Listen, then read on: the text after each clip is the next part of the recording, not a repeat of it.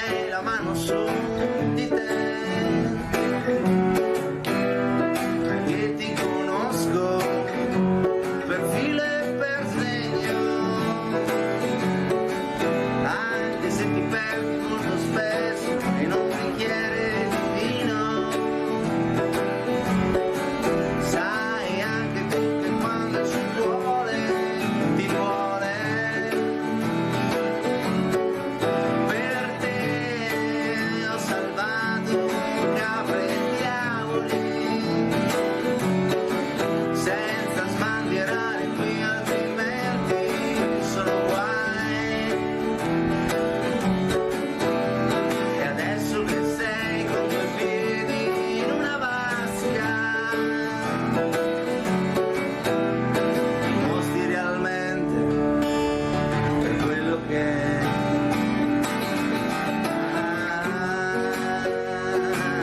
Adesso l'acqua la viola,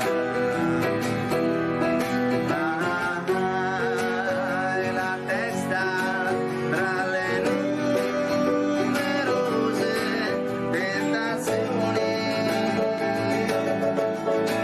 su via non andare, su via non andare.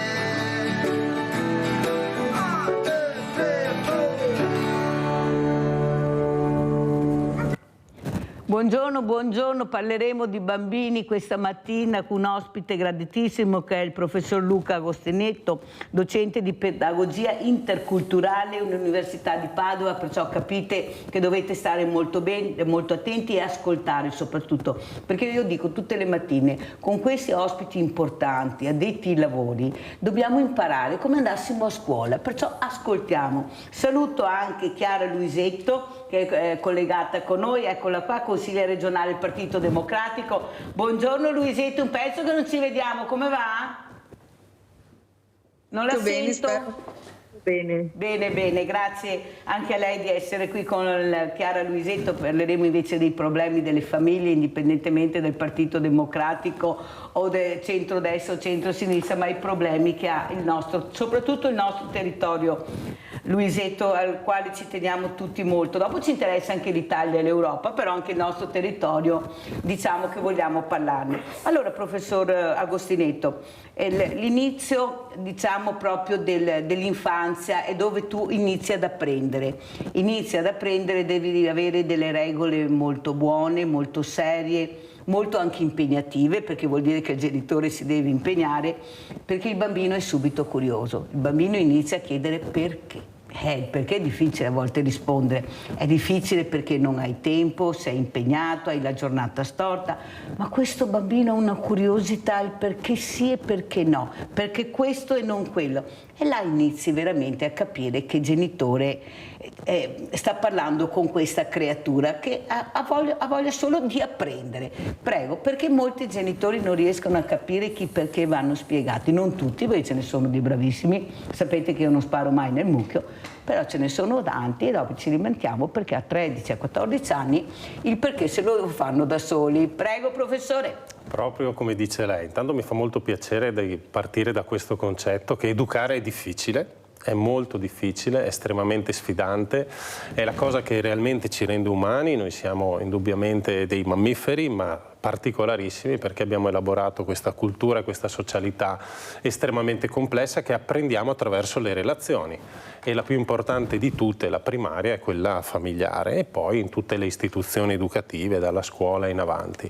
Ecco, se noi fossimo consapevoli, come dice lei Mirella, che educare è difficile perché i bambini sono aperti, curiosi, sono vocati proprio a diventare adulti autonomi nella loro visione del mondo, nel cercare di dare significato, capiremo quanta attenzione e quanta importanza dovremmo dare a questi processi. A volte qual è il problema? Che per noi siamo concentrati su altro, il problema è che non disturbino troppo, che ci lasciano fare le nostre cose o che le facciano in modo molto semplice, molto lineare e magari delegando ad altre istituzioni, può essere il nido, può essere la scuola, l'educazione, dimentichiamo la primaria responsabilità familiare che è quella proprio di educare. E mi viene da dire, raccogliendo quello che diceva lei, educare alla complessità. Perché stare nel mondo oggi significa imparare ad avere un pensiero critico e complesso. Risposte semplici non esistono, la società è complicata, è contraddittoria, siamo all'interno di sfide epocali, compresa quella della sostenibilità della nostra specie, stante l'inquinamento, stante i cambiamenti climatici eccetera, stante le difficoltà integrative anche con la diversità culturale, e dobbiamo educare a questa complessità, attrezzandoci per farlo. Non è semplice, non tutti sono disposti a farlo. Però bisogna iniziare a farlo, non c'è niente da fare. Quelli sono anche i bambini che noi abbiamo e sono tanti, e per fortuna che ci sono, dico io anche professore. Come Però no? quello che devo anche aggiungere a quello che ha detto lei, che io quando parlo con questi bambini, sto parlando di bambini che hanno 5, 6 anni, anche 4 a volte, e li guardo bene negli occhi quando fanno qualcosa che non va bene oppure urlano in maniera incredibile per niente. Quando tu li guardi fissi negli occhi, loro capiscono che tu non stai scherzando, che li stai guardando veramente. Non li stai osservando, li stai guardando. E loro smettono subito, perché hanno capito che non c'è ciccia per gatti con la sottoscritta. Cioè, o capisci quello che ti dico, perciò quel giocattolo non te lo porterai più a casa perché ti sei comportato male. Quando ti comporterai bene te lo metto da parte e verrai a prendertelo. Cioè non è che ti dico male. Quando ti comporterai bene tornerai con la tua mamma e prenderai il giocattolo. Quando capirai di non buttare per terra la cartina e se la butti la prendi e la metti nel cestino, che dovrebbe essere la mamma a insegnarlo, non io, poi vedo che questo bambino, siccome a tutti i bambini piace avere qualcosa, perché loro non hanno tante cose come le abbiamo noi, i giocattoli per loro sono un'altra cosa, non sono i giocattoli nostri, sono un'altra cosa, vedi che riesci a fare integrazione con i bambini. Il problema è quando arrivano a casa, che i genitori, cosa dicono questi genitori di fronte a un comportamento del banco solidale? Ecco, delle regole che mettiamo. Luisetto, perché è facile parlare, però bisogna anche integrare e integrarsi, che sono due cose diverse. Prego. Beh, bisogna integrare e integrarsi sono due parole molto importanti, soprattutto quando si parla di future generazioni, dei cittadini che un domani voteranno, avranno una responsabilità civili, sociali, quindi la parte educativa, come diceva il professore, è fondamentale, era essere consapevoli che c'è una responsabilità della famiglia, ma anche della scuola e anche delle istituzioni, è importante, perché sennò si rischia di fare un po' lo scaricabarile. No, ma è tutta responsabilità tua, no, ma devi arrangiare tu. Invece, secondo me, è proprio un lavoro di squadra in qualche modo. Bisogna essere chiari nel dire che quando si fa un percorso educativo diventa certamente la primaria responsabilità della famiglia di insegnare regole, di essere come dire, empatici nello spiegare le cose, ma anche poi a livello sociale ci servono esempi buoni, non cattive maestre come qualche tempo fa qualche bravo scrittore ci spiegava, ma buoni maestri che possano in qualche modo indicare la strada. E quindi è tanto più importante avere comportamenti corretti e coerenti da adulti per poter essere di buon esempio alle nuove generazioni, che tanto ne hanno bisogno, a mio avviso, perché a volte certi comportamenti in età adolescenziale, per emulazione, perché come dire non si hanno punti di riferimento chiari, sono anche di responsabilità degli adulti, io penso. Quindi anche la politica su questo ha una grande dose di responsabilità e di competenza da esercitare. In effetti l'ho messa ospite assieme al professor Agostinetto per capire cosa fa la politica per aiutare anche il professor Agostinetto, cosa fa la politica per aiutare la scuola a integrare. Io cito sempre quell'esempio, Luisetto, che abbiamo provato anche con i vertici regionali, di questa mamma che si ritrova dopo aver adottato 3 bambini russi, li ha portati a casa tutti e 3, proprio per non dividerli. Ecco, la ragazzina Lisa, perché viene sempre ospite anche con Lisa, non parla ma sente, perciò non parla, ha bisogno della lingua dei segni. Nonostante 2 ricorsi al TAR vinti, Lisa è ancora a casa, perché la scuola non è pronta per accettare Lisa, non ha gli strumenti e vogliono isolarla come lei fosse sordomuta, perciò partecipare a delle lezioni su delle classi che non sono classi, perché non hanno libri. Attenzione, perché queste cose non le spiegate mai, scusi se lo dico ma parlo in generale, voi non le spiegate mai. Devo avere questa mamma che viene qua disperata, che dice: mia figlia a 14 anni è ancora a casa, non riesco a mandarla a scuola nonostante 2 ricorsi al TAR vinti. Ma Lisa non ha bisogno di essere fortunata di andare a scuola, Lisa deve avere i diritti che ha una persona, un ragazzino, certo, una bambina. Sbaglio, professore? No. Perché giustamente sua mamma dice: se Lisa non partecipa alle lezioni a scuola dopo i 14 anni è difficile riprenderla, è difficile avere un insegnante di sostegno 2 mesi, dopo va via perché la legge prevede che venga spostato, perché le carte non so. Ma stiamo scherzando? Ma non vedo passi avanti da nessuno, perché di queste fragilità, Luisetto, alla politica non gliene frega niente, questo lo dico io. Stanno parlando solo di poltrone, non dei problemi del paese e del territorio. Professore? Guardi, lei dice una cosa sacrosanta e mi consente anche di inquadrare un po' tutto quello che ci stiamo dicendo. Tant'è che quello che abbiamo detto prima non distingueva tra italiani e stranieri. Esatto. Stiamo parlando di bambini normodotati, con portatori di disabilità. Come dice lei, è una questione di diritto, e di diritto certo costituzionale, ma anche della Carta dei diritti dell'infanzia, per cui tutti i bambini, prima di essere stranieri o di portatori di una disabilità, sono bambini. Ed è un nostro dovere garantire quei diritti, non è una gentile concessione che facciamo. Approfitto per dirlo anche per quanto riguarda tutta la questione dei bambini stranieri a scuola. Ogni tanto viene posta come se fosse un'opzione che noi possiamo scegliere, li integriamo o non integriamo. Abbiamo deciso di essere uno Stato di diritto e quindi è un nostro onere garantire i diritti, non è una concessione che facciamo, è un nostro preciso dovere per definirci Stato di diritto. Gli 860.000 bambini che sono nel nostro sistema scolastico sono esattamente come gli altri. Ripeta il numero per cortesia, professore. Sono 860.000 i bambini stranieri presenti nelle nostre scuole, il 10,3%, quindi non sono numeri enormi. Sono anche numeri, come accennava lei, che consentono a molte scuole e a molti insegnanti di lavorare, perché senza quei bambini molte scuole sarebbero già chiuse. Senza questa importante, che adesso purtroppo sta rallentando, anche contributo dell'aumento demografico dato dagli stranieri, il nostro paese sarebbe in una crisi enorme, certamente sui servizi educativi, ma anche dal punto di vista economico, se consideriamo che circa il 12% del PIL viene dato grazie ai lavoratori stranieri, che sono il 12% dei lavoratori circa, e che il saldo positivo, adesso entro su tematiche economiche, ma perché tutto si lega, perché ha ragione lei, perché poi tutto si lega. Dati Istat ci dicono che nel 2021 il saldo positivo, stante tutti i costi relativi all'immigrazione, all'integrazione, gli insegnanti che servono, i medici che servono, ai pattugliamenti nelle frontiere, agli accoglimenti in mare, mettiamo tutti questi costi su una bilancia e mettiamo nell'altra bilancia tutte le tasse che gli immigrati versano, che gli stranieri, i cittadini stranieri versano, abbiamo un saldo positivo di 6,5 miliardi. Come usiamo questi soldi? E lei dice giustamente dovremmo usarli strategicamente anche per favorire l'integrazione, e invece ha ragione che l'attenzione è data ad altro e la percezione è quella che noi stiamo facendo qualcosa di gentile che non dovremmo fare, e invece è un nostro preciso dovere quello di garantire i diritti, e qualcosa di costoso che ci potremmo risparmiare e invece ne stiamo guadagnando.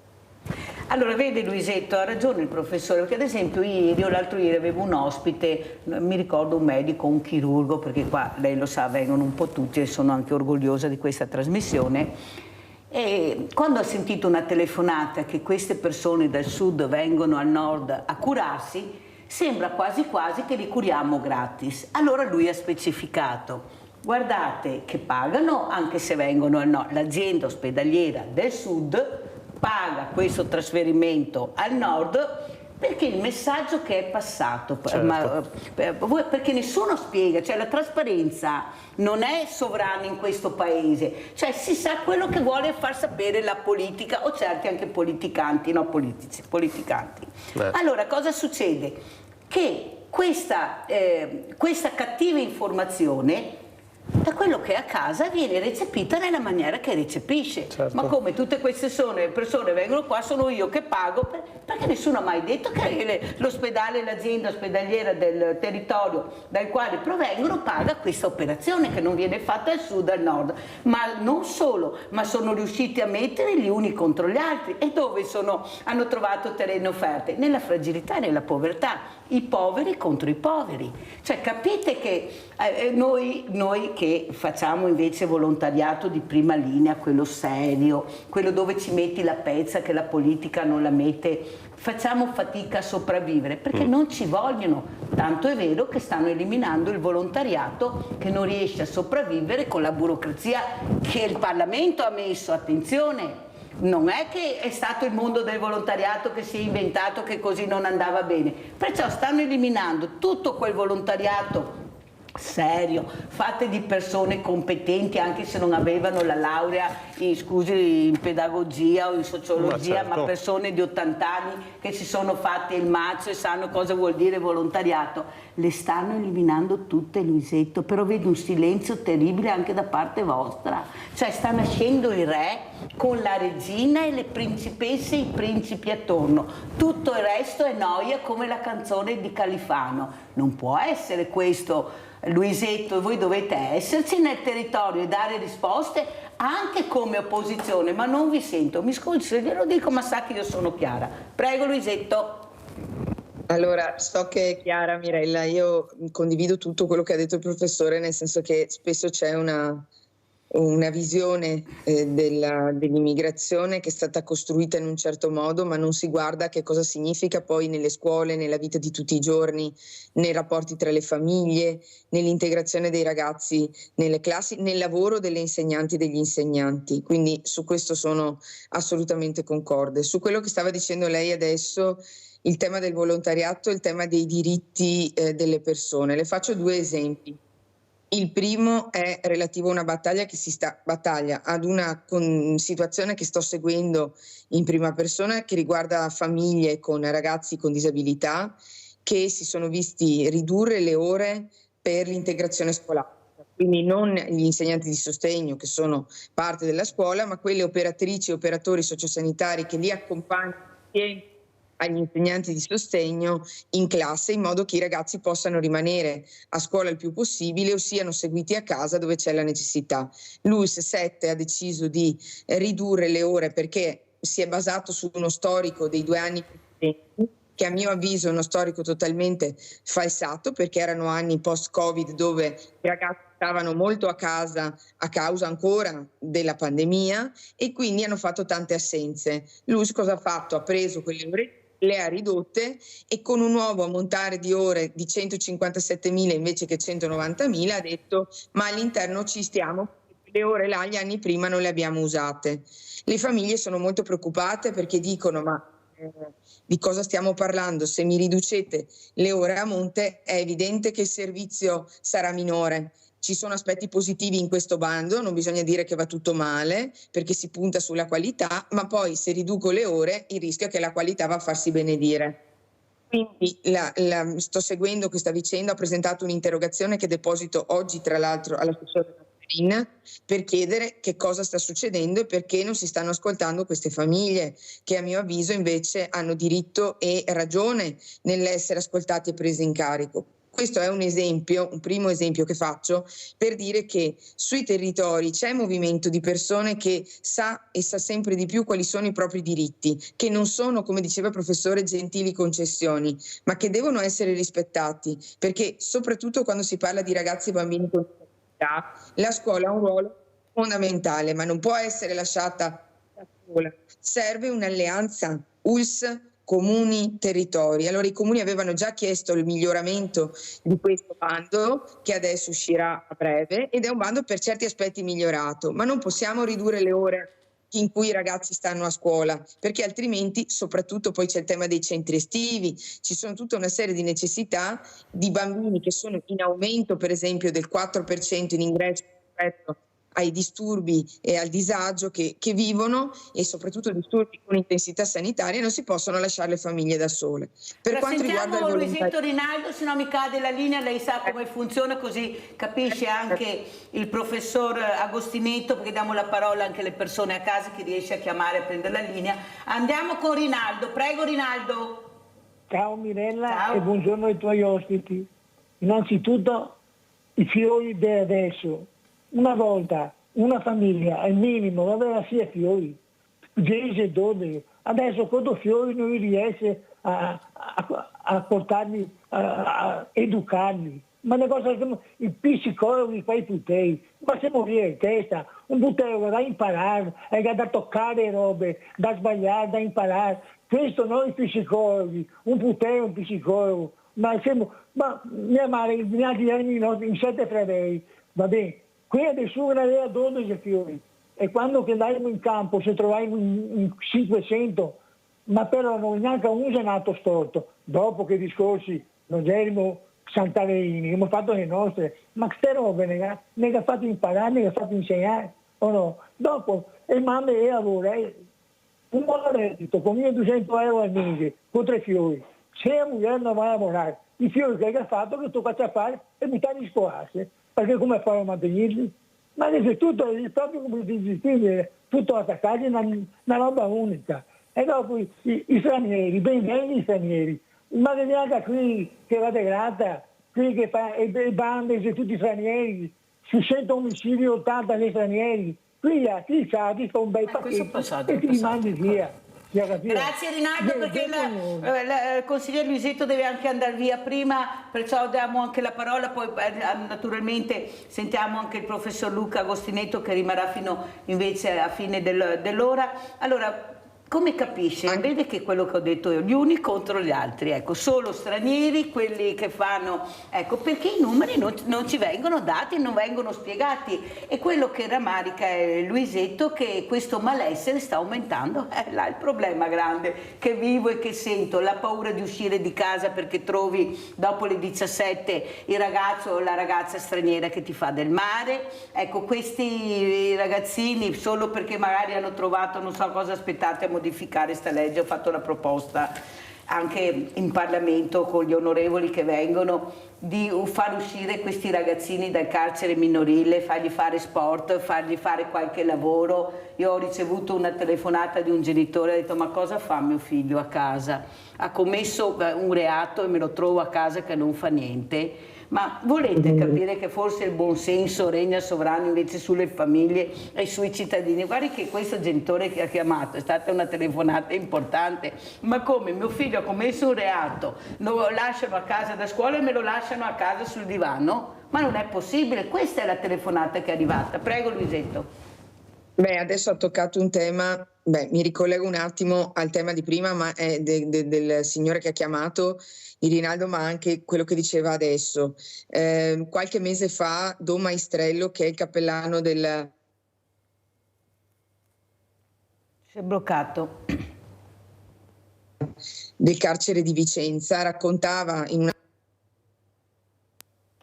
Ecco qua, è caduta. Allora continuiamo col professor... Ah, eccola qua, prego, sì.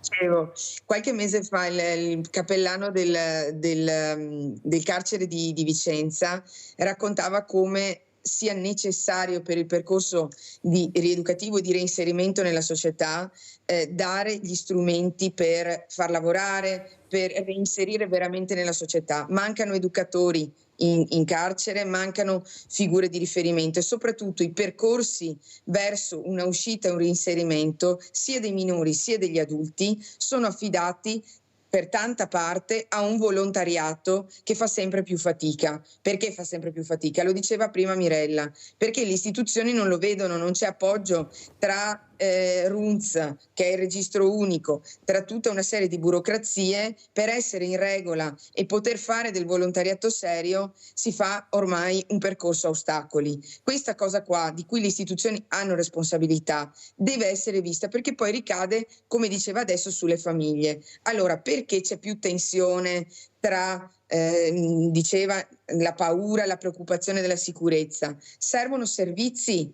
Rinaldo prima diceva eravamo in 10-12 in famiglia e non è mai successo niente. In realtà poi la narrazione dell'età dell'oro in cui si stava meglio quando si stava peso non sempre funziona. Però certamente c'era una solidarietà e un rapporto tra comunità e famiglie ben diverso da quello che c'è adesso. Ma allora che cosa serve per dare coraggio a queste famiglie? Non è vero, Luisetto, la contesto. Il problema è che la politica ha diviso i bambini dagli anziani. Tanto è vero che gli anziani sono stati messi in queste strutture, su queste RSA, dove invece dovevano esserci inseriti anche gli asili, come fa anche il resto dell'Europa, in maniera che non dividere, in maniera che potremmo aver aiutato anche le famiglie che non avevano la possibilità di pagare una babysitter, ecco perché ci sono dei nonni meravigliosi all'interno, e invece diviso tutto la politica. È stata la politica, no che non abbiamo le persone. Prego Luisetto. Ma ha ragione, ma quello che voglio dire è che se da un lato c'è un volontariato che si tiene in piedi per la propria buona volontà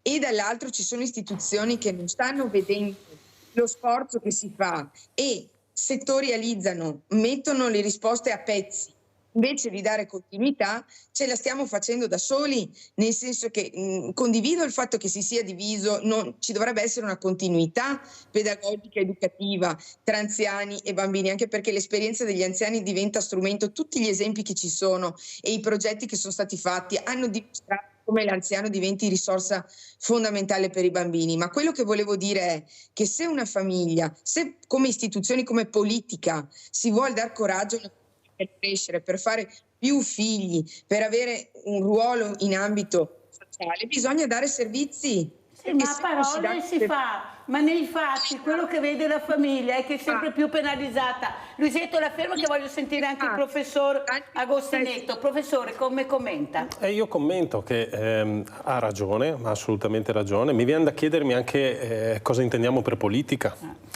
Perché certamente c'è una responsabilità chiarissima di chi ha assunto l'onere di governare, non è stato costretto, ha deciso liberamente di farlo, assumendosene la responsabilità, e dobbiamo richiamare assolutamente a questa responsabilità chi in questo momento ci governa.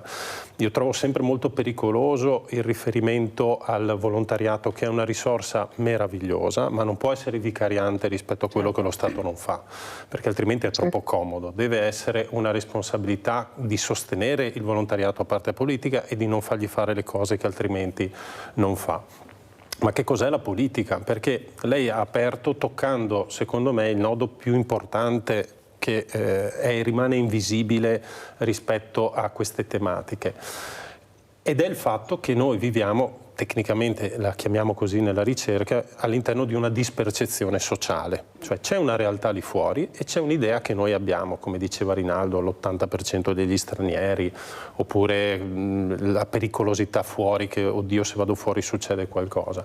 Questa cosa si chiama dispercezione sociale ed è la distanza che c'è tra la realtà e quello che le persone pensano sulla realtà. Per cui quando noi facciamo le ricerche e chiediamo alle persone ma quanti sono gli stranieri in Italia, ci si sente dire le cose più straordinarie, la metà, 20 milioni, 30 milioni. Siamo invasi. I numeri ci sono, la realtà è che gli stranieri sono poco più di 5 milioni, in questo esatto momento sono molto di più gli italiani che sono all'estero, senza aver preso la cittadinanza estera, ma che sono andati a studiare all'estero, per cui se noi portassimo dentro tutti gli italiani, che sono più di 6 milioni, e portassimo fuori gli stranieri, altro che invasione, saremmo ancora di più. Peraltro è ovvio che gli stranieri vanno a riempire dei settori occupazionali che quegli italiani che sono fuori non riempirebbero. Le persone pensano che siano più i maschi delle donne, e invece è vero il contrario. Pensano che la religione principale sia l'Islam, e invece più della metà sono cristiani. Insomma, c'è un sacco di dispercezione. E questo perché è un problema? È un problema perché le persone poi si comportano non in base alla realtà, ma all'idea che hanno della realtà. Per cui se io penso che ci sia un'invasione, mi chiuderò nei confronti dell'altro, parlerò male e avrò tutti degli atteggiamenti di chiusura. Quindi noi non possiamo disinteressarci delle idee che hanno le persone, già che sono sbagliate, ma dobbiamo preoccuparcene per fargli mettere in testa delle idee corrette. Cosa ci dicono gli studi sulle cause di questa? E adesso dirò una cosa che non vi piacerà. Quali sono le cause di questa dispercezione sociale? Principalmente sono due. Uno è, diciamo così, la narrazione che su queste cose si fa, a partire da quella mediatica, sia verticale che orizzontale, intendo sia TV sia nei social. Quindi quando la redazione di un giornale rispetto a 100 furti seleziona uno di quei 3 che sono stati compiuti da stranieri e omette gli altri 97 compiuti da italiani, nelle persone si forma l'idea che gli stranieri rubano. Quindi c'è un'enorme responsabilità nella narrazione che noi produciamo, perché poi viene assorbita dalle persone e, attenzione, anche dai bambini, perché i bambini è vero che ascoltano quello che viene detto a scuola, ma sentono quello che viene detto a casa. Basta un commento negativo, questi albanesi sono tutti, entra molto, gli studi ce lo dicono molto chiaramente. L'altro problema, e qui chiamo in causa la consigliera Luisetto, è la politica. Perché chiaramente la politica produce una narrazione che spesso non è quella di mostrare la realtà, ma di usare la realtà per raccogliere un consenso. Il tema dell'immigrazione è uno dei più utilizzati dalla politica occidentale, non solo italiana, per trovare dei capri espiatori esterni che deresponsabilizzino i politici e di fronte alle difficoltà che ci sono abbiano quel gioco facile che è dire è colpa loro. Come l'ultima uscita del ministro Valditara sulle quote degli stranieri. Cioè il problema è che ci sono difficoltà a scuola e che ce ne sono troppi. È molto retorica e pericolosa questo discorso. Perché passa il messaggio sbagliato. Passa il messaggio sbagliato. Abbiamo Rino da Rovigo. Rino, scusa se ti ho fatto aspettare, ma sai che è importante ascoltare. Prego. No, hai ragione Mirella. Allora, signora ha detto che di sera è roba da andare in giro per Rovigo. È vero, perché guarda, mi è capitato proprio l'altra sera, ho visto una rissa a Rovigo, che è una cosa assurda. Arriva la polizia, arriva i carabinieri, loro cosa possono fare? Niente, perché rifare i documenti e poi vanno via. Un'altra cosa, come che ha detto la signora, che adesso, lo dico io, che adesso si fanno tutti vedere i politici, promettono mari, monti, tutto, e poi cosa succede? Promettono perché? Per il voto, per questo, per l'altro, e poi quando che è ora ti dicono non si può perché ci sono problemi, non ci sono soldi. Si fanno più trovare, magari. E poi non li vedi. Quando magari se praticamente prendono quella piccola seggiolina che tutti sono comodi, se del sindaco sono comodi, e cioè vuoi un appuntamento, aspetti anni, perché io no, con l'ultimo sindaco, col penultimo sindaco sto aspettando ancora l'appuntamento che dovevo andare a parlare devo con lui. chiudere perché deve lasciarci, avevo promesso che appunto alle 45 l'avrei lasciata libera, perché capite che ognuno ha anche i propri impegni. Comunque sei stato chiaro, Rino, nella telefonata. Sentiamo come commenta la dottoressa Luisetto anche alle parole che ha detto, oltre a Rino, anche il professor Agostinetto. Prego. Commento per dire che la politica è responsabilità per me, sia quando ho fatto la sindaca che in questa nuova veste da alcuni mesi, ma in questi anni ho lavorato in ambito sociosanitario e socioassistenziale soprattutto, e quando tocchi con mano le difficoltà delle persone, delle famiglie, ti devi far trovare qualsiasi cosa. Io sono perfettamente convinta, come diceva il professore, che trovare un capo espiatorio e dire che è sempre colpa di qualcuno, magari con un altro colore della pelle, magari senza forze, senza risorse, nel nostro paese sia molto comodo per provare a distrarre dai veri problemi e dalle vere responsabilità. Penso che la politica debba avere positivo e di sostegno del volontariato, ma che il volontariato non si possa sostituire alle responsabilità che la politica si deve prendere. Quando parlo di politica lo dico forza di minoranza in questa regione, ma lo dico con la responsabilità che secondo me anche la minoranza come la deve fare il proprio ruolo, deve svolgere il proprio. Lo abbiamo visto con la legge approvata la settimana scorsa sui nuovi ambiti territoriali sociali. Sono stata relatrice, sarà una legge che ridisegna l'organizzazione dei servizi sociali mettendo insieme i comuni per lavorare insieme. No, guardi Luisetto, glielo dico, visto che ho guardato il telefono, prima che vada via glielo devo dire. Allora, l'Agenda Zero aveva posto che c'era la possibilità di partecipare a un bando per un tavolo regionale molto importante che riguarda la salute mentale e anche la salute fisica. Sì. Allora io ho una volontaria che avrebbe partecipato volentieri a questo bando. No, adesso no, perché ieri mi ha chiamato Bette, io faccio nomi e cognomi, lo sa il consigliere Bette che si occupa di questa cosa, e glielo avevo letta questa cosa, ho detto scusa un attimo, ma io non posso partecipare a questo bando perché come direttivo arrivo al numero 7-8. Questo bando prevede un numero minimo di 10, cioè massimo di 10, ecco che lo conosce. Allora mi sono arrabbiata e gli ho detto, ma guardate la qualità delle persone che vogliono partecipare, penso che non abbiate la coda fuori o guardate il numero, perché se guardate il numero guardate che non ci siamo proprio. E non è possibile continuare ad avere tavoli regionali, comunali, provinciali, Luisetto, fatti da politici, con politici all'interno, persone che fanno parte del cerchio magico, lasciando fuori quelle realtà che potrebbero dare un supporto, che hanno delle idee perché non fanno parte dei cerchi magici. Questo sta succedendo, Luisetto. Questa è la risposta di Bette. Non posso fare niente perché la giunta regionale ha decretato e questa è la legge. Ma dove andiamo, Luisetto? No, volevo dire, noi ho fatto nomi e cognomi perché poi voglio ma guardate ancora il numero o guardate la qualità delle persone, quello che ha voglia di partecipare perché pensa di avere qualcosa da dire, di aiutare, perché vive in prima persona la realtà? Prego, Luisetto.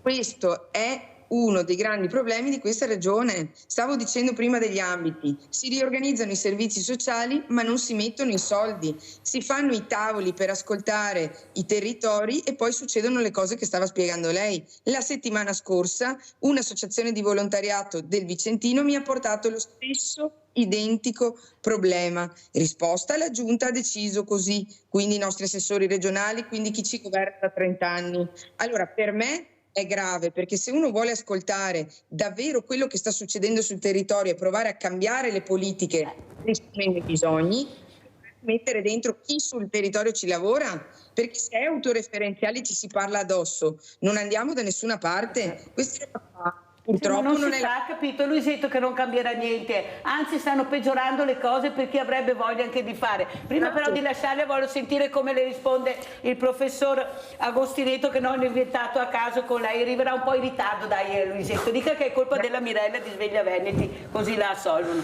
Prego professore. No, io sono d'accordo con quanto affermava la dottoressa Luisetto. È un tema di partecipazione, è un tema di democrazia. Perché noi non possiamo avere una democrazia di facciata, dobbiamo avere una democrazia che poi rende fattiva questa reale partecipazione, soprattutto, come dice lei, delle anime più buone, più attive del nostro territorio. Questo farebbe cambiare le cose. Però proviamo a ribaltare la medaglia dall'altra parte. Perché invece c'è così tanta burocrazia, c'è così tanta resistenza al cambiamento? Perché le persone sono inclini ad accettare cose che dal punto di vista strategico del nostro futuro non andrebbero bene, come il contrapporre il noi a loro, come il continuare a creare muri e separazioni. Io credo che ci sia un problema educativo di fondo, sociale, di far crescere persone con sensibilità diverse, dove i politici chiedono e pretendono veramente di dar gambe alle cose e di non accettarle, perché altrimenti non li votano. Ma evidentemente siamo ancora in una fase nella quale non c'è abbastanza educazione, mi viene da dire civica, di convivenza interculturale, tale poi da portare una massa critica a votare dei politici e a giudicare dei politici sulle cose concrete che fanno a medio e lungo termine e non sulle promesse di oggi che domani ci siamo già dimenticati. Quindi si tratta di far crescere uno spirito critico e una reale cultura democratica che forse ancora manca. E soprattutto io chiedo, prima di lasciare Chiara Luisetto, di intervenire su questa mamma, su questa bambina che è ancora a casa, perché lo trovo veramente, in un paese come il nostro, civile e democratico, una cosa indegna, soprattutto questa ragazzina che chiede alla mamma cosa sarà della mia vita, mamma. Ecco, vi rendete conto che Lisa chiede alla mamma cosa sarà della mia vita, mamma, perché lei si vede emarginata, si vede esclusa, perciò penso che sia la cosa più terribile dopo quello che hanno passato questi bambini, perché il vissuto di questi bambini, ecco, che sono stati adottati, perché bisogna vedere anche quello, ecco, si vede rifiutata da questa società per bene che così vuole apparire e invece lasciamo ancora Lisa a casa. Perciò la prego, Luisetto, di prendere a cuore questo caso perché lo trovo indecente. Ho affiancato anche il nostro avvocato che è Luca Pavanetto, ecco, per aiutare questa mamma, perché non si andava avanti, non deve essere lei a confrontarsi con l'istituzione, ma c'è un'autorità che fa il suo lavoro, che è l'avvocato, ecco, che cercherà di dare questo diritto, però è la politica che deve intervenire. Io sono convinta di questo e non ci sono altri. Grazie a Chiara Luisetto di essere stata con noi, consigliere regionale del Partito Democratico. Pubblicità.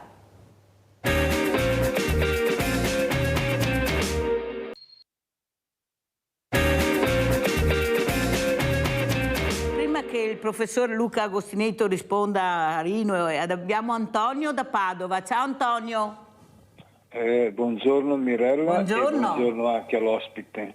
Buongiorno. Insomma, diciamoci che la nostra sovranità per quanto riguarda anche l'immigrazione l'abbiamo persa nel 2011, perché noi nel 2011 eravamo amici della Libia con Gheddafi. Purtroppo i nostri cari amici francesi hanno interrotto questa amicizia andando bombardando la Libia. Praticamente dopo è venuto fuori questo tragico evento, che i flussi immigratori che noi stiamo subendo. Ma questa qua è una scelta che purtroppo abbiamo accettato, perché Gheddafi è caduto perché non aveva più amici, perché logicamente dovevamo difendere noi. Se Gheddafi era nostro amico, perché abbiamo permesso ai nostri cari cugini francesi di andare a bombardare la Libia? Perché purtroppo noi avevamo interessi con la Libia, logicamente era un dittatore, quello che te vuoi, però se voi guardate le fotografie della Libia prima del 2011 e guardarle oggi, praticamente è terra bruciata. Questa purtroppo è la democrazia. Noi occidentali mandiamo democrazia dappertutto, dove ci vuole democrazia noi la mandiamo, e purtroppo a suon di bombe. Vanno bene adesso, forse era un problema loro interno, forse se volevano un po' alla volta potevano conquistarla sta democrazia. Come fanno adesso ad essere un paese democratico quando il paese è devastato, è in mano alle tribù ed è in mano a tanta gente e purtroppo aumentano gli immigrati? Facciamoci una colpa, noi italiani non siamo per niente strategici, siamo forti nel pallone, ma per quanto riguarda il resto non valiamo una cicca e lo vediamo tutti i giorni cosa che capita. Ora praticamente anche gli ospedali sono in crisi, abbiamo anche i dottori che scappano all'estero perché non sono pagati. Perché non sono pagati? Perché il paese Italia è un paese che fa gli affari degli altri e non fa gli affari nostri. Noi facciamo gli affari con la NATO, con gli americani, perché noi quando andiamo a votare votiamo una persona. Questa persona quando è votata corre subito da Biden a chiedere a Biden cos'è che si deve fare per tirare avanti. Come? Noi ti votiamo e dopo tu vai da Biden a domandare come governare. Ma io a sto punto chi è che va chi è che deve andare su? Io chi devo votare? Di tutti quelli che votano dopo scappano da Biden per chiedere come si fa a governare l'Italia. Questo è un paese purtroppo e subiamo tutte le conseguenze e anche questa invasione. Io la chiamo invasione perché quando tu, popolo italiano, non sei governato da persone sovrane, ma siamo governati da imbelli, paghiamo le conseguenze. Per me è questo, poi dopo magari posso anche sbagliare. Buongiorno. Grazie Antonio, molto chiaro Antonio. Facciamo rispondere il professor Agostinetto, prego, sia Rovigo che Arino da Rovigo che Antonio. Prego professore. Partirei da Antonio, anche per dare un'opinione un po' diversa. Allora, non è certo con la vicenda libica né con le primavere arabe che sono iniziati flussi migratori in Italia, cioè i dati parlano chiari. Noi abbiamo iniziato a ricevere flussi migratori all'inizio degli anni 90 in maniera significativa e non si sono mai fermati, accelerando all'inizio degli anni 2000 ed ora assestandosi su un numero che, Antonio, è lontano dall'invasione, perché gli stranieri sono l'8,3% della popolazione italiana e ovviamente il loro numero, compreso quello dei bambini, dipende completamente dalle nostre leggi, per cui se facessimo come in altri paesi, che i bambini che nascono in Italia venisse concessa loro la cittadinanza italiana, noi avremo un crollo del numero di stranieri a scuola, perché il 75% dei bambini che sono iscritti a scuola sono nati in Italia. Capisce che se dessimo a loro la cittadinanza per il fatto di essere nati in Italia, crollerebbe il loro numero, che non è solo una questione politica, è anche una questione educativa, perché se io devo integrare una persona e farla sentire parte, fargli dire che tu devi partecipare attivamente, devi condividere i valori, eccetera, eccetera, dirgli queste cose, dall'altra parte però dirgli che tu sei diverso, non hai la mia carta d'identità, non puoi fare certe cose, non puoi votare, eccetera, eccetera, è un messaggio molto contraddittorio che poi alla fine ci si ritorce contro. Però dicevo che i flussi migratori contemporanei, che fanno sì che le nostre società sono e saranno sempre multiculturali, questo è un dato oggettivo, nascono principalmente da 3 fattori. Il primo fattore è quello della distribuzione della ricchezza nel pianeta, che si concentra su poche aree e viene... Su poche tasche, professore. Su poche tasche, perché questa polarizzazione si chiama, quindi i paesi ricchi sono sempre più ricchi, i paesi poveri sono sempre più poveri, vale anche all'interno dei paesi ricchi. Per cui in Italia ci sono sempre più persone più ricche e sempre più persone più povere. Questo è un meccanismo inumano che genera tensione sociale e una delle risposte è quella del spostarsi per trovare altrove delle risorse. Non dimentichiamoci l'immigrazione dal sud Italia che ha caratterizzato il nostro paese dopo la seconda guerra mondiale per rispondere al problema della ricostruzione del boom economico, che rispondeva a medesimi meccanismi. Fattore della distribuzione economica, fattore che citava Antonio dell'instabilità politica, per cui le aree del mondo non libero, come ci piace definire noi, sono molto instabili dal punto di vista politico. Pensiamo certamente alla Palestina, all'Ucraina, pensiamo prima alla Siria, pensiamo alla Libia, pensiamo al Sudan. Sono tutte aree molto instabili che costringono persone a cercare rifugio altrove. Mi pare che anche Antonio accennasse, siamo noi che poi abbiamo interesse a mantenere questa instabilità, perché questo vuol dire creare accordi preferenziali con i nostri paesi sul piano economico, quindi sì, alla fine anche questa è una nostra responsabilità. E il terzo fattore gigantesco che sta diventando il più importante di tutti, e alcune proiezioni ci dicono che fra una ventina d'anni avrà una spinta molto maggiore della somma dei precedenti 2, è il fattore ecologico. Per cui questi cambiamenti climatici, che per noi vuol dire insomma piantare i vigneti 200 metri più in alto a Valdobbiadene perché altrimenti le uve surmaturano troppo presto, o accendere troppo i condizionatori, nel resto del mondo vuol dire desertificazione, carestie, disastri ecologici, e i cosiddetti migranti ecologici tenderanno ad aumentare. Quindi se noi volessimo governare questi flussi migratori, anziché lamentarcene e basta, dovremmo andare alle cause che li determinano.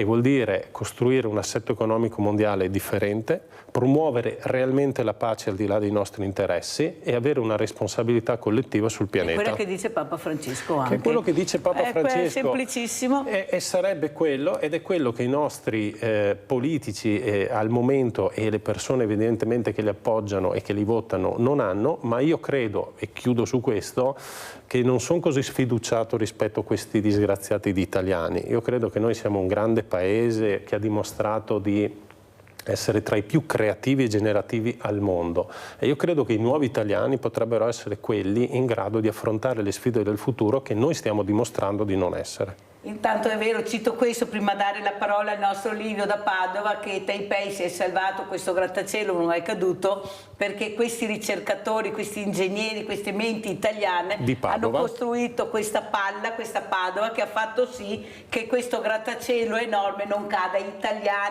Italiani, vero professore? Veneti. No, lo diciamo perché merito anche a loro, certo, visto certo. che questo paese è sempre bastonato, che sembra che siamo gli ultimi della classe, poi all'estero guardate cosa riusciamo a fare perché ci lasciano liberi di lavorare e di agire. Vai Livio!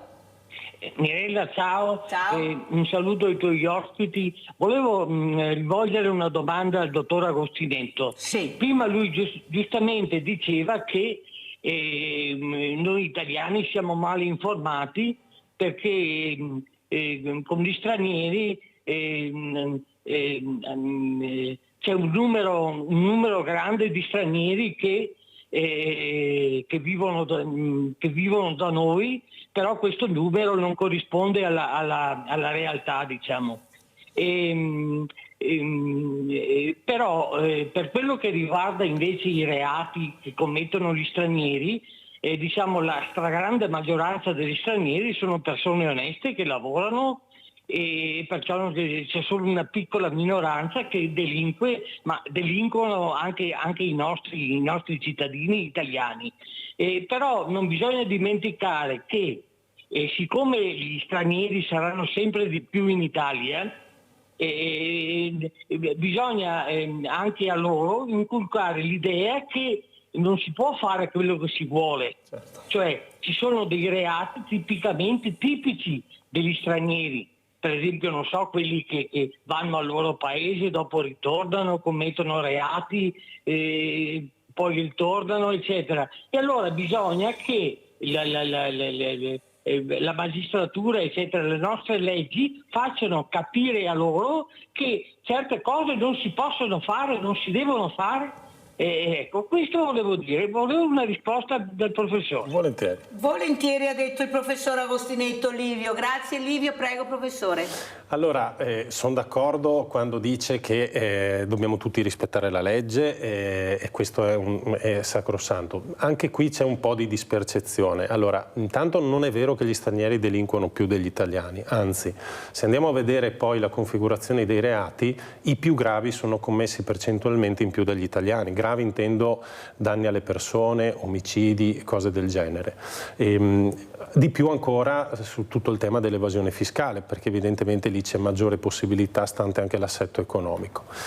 A volte noi ci sbagliamo perché invece ci sono più stranieri nelle carceri, ma il numero di carcerati non corrisponde al numero di persone che hanno commesso un crimine. Molto spesso gli stranieri non hanno la possibilità né di una difesa corretta né di misure alternative, per cui se uno guarda semplicemente al carcere rischia di avere un'impressione diversa. La verità è che, come diceva, mi sembra anche Livio, delinquono italiani e stranieri e forse dovremmo concentrarci non su questa categorizzazione che non spiega un granché, ma dovremmo concentrarci sulle fasce sociali, sulle problematiche di controllo che ovviamente ci devono assolutamente essere. Però non è vero che gli stranieri delinquono più. Alcuni reati, è vero, dipendono dalle nostre leggi, per cui se io dico che una persona diventa irregolare allo scadere del permesso di soggiorno e il permesso di soggiorno scade allo scadere del contratto di lavoro, è chiaro che io creo tutta una serie di irregolarità. Pensate alla crisi recentemente che c'è stata, economica, di persone che non hanno compiuto alcunché di male, però stante le nostre leggi diventano improvvisamente colpevoli di qualche cosa. Ecco, su questo però mi sento di dire che siamo veramente mal informati. Non dimentichiamoci che in termini di percezione sociale, proviamo a ribaltare la faccenda, se andiamo a chiedere nel mondo, persone, forse la nazionalità più incline a delinquere, di nuovo vengono additati gli italiani. La mafia è un'invenzione italiana. Questo però a noi disturba, perché non è vero che in quanto italiani siamo tutti mafiosi, assolutamente. Le generalizzazioni non portano mai lontano.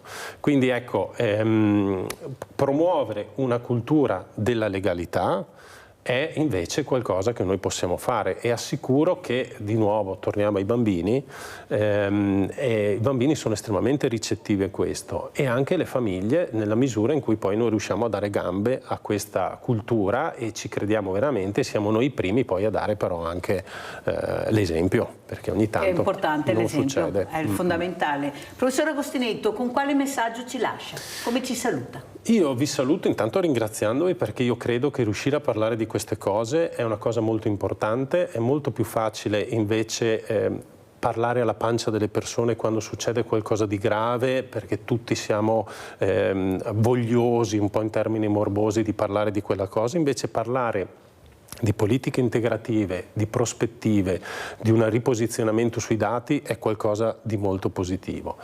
Il messaggio che voglio dare è questo: la società è multiculturale, non ci piove, non ammette vie di mezzo, o andiamo verso un processo integrativo o verso un processo disintegrativo. La disintegrazione sociale non conviene a nessuno, non conviene a noi italiani, perché avremo figli che devono crescere con persone ostili, non conviene agli stranieri. In questo momento ci conviene a tutti trovare delle politiche e delle direzioni integrative. Come farlo? Sicuramente discutendone, parlandone, sicuramente lavorando su una dimensione, mi viene da dire, di riumanizzazione. Cerchiamo ogni tanto di togliere la nostra etichetta di straniero e di andare a incontrare le persone. E attraverso l'incontro interpersonale con quella persona che ha un colore della pelle diverso, una nazionalità diversa, con quella famiglia che porta i bambini a basket esattamente come la mia. O una fragilità diversa. O una fragilità diversa. È l'incontro interpersonale che umanamente ci può arricchire e dal quale poi noi possiamo fare delle generalizzazioni sociali. In questo momento stiamo facendo l'opposto. Abbiamo un'idea preconcetta di quelli che sono gli stranieri, di quelle che sono le minacce, e poi magari conviviamo gomito a gomito con persone di altre culture, di altre nazionalità, e ci diciamo sì, ma loro sono brave. Proviamo a fare l'opposto. Incontriamo le persone che sono qui, che amano i loro figli, che gli danno una buona educazione, che ci tengono, queste mamme che sta a cuore la loro figlia con disabilità. Incontriamo queste, sentiamoci vivamente vicini a loro e cerchiamo da questo di farci una nostra idea. Chiudo con una parola di Don Lorenzo Milani, che è uno dei più grandi educatori che vantiamo in Italia e che il mondo ci invidia, senza Montessori. Lo citiamo spesso in questa trasmissione. Don Milani è recentemente al centenario, è stato festeggiato, però ecco, Don Milani ci rispondeva anche alla domanda che facevo prima: che cosa dobbiamo intendere per politica? E nel libro Una lettera a una professoressa dice: il problema degli altri è uguale al mio, uscirne da soli è l'egoismo, uscirne assieme è la politica. Ecco, l'integrazione è un problema condiviso, uscirne assieme è fare politica. Ecco, io la lascio invece, professore, e aggiungo una cosa: che purtroppo noi viviamo in una società che mette le etichette.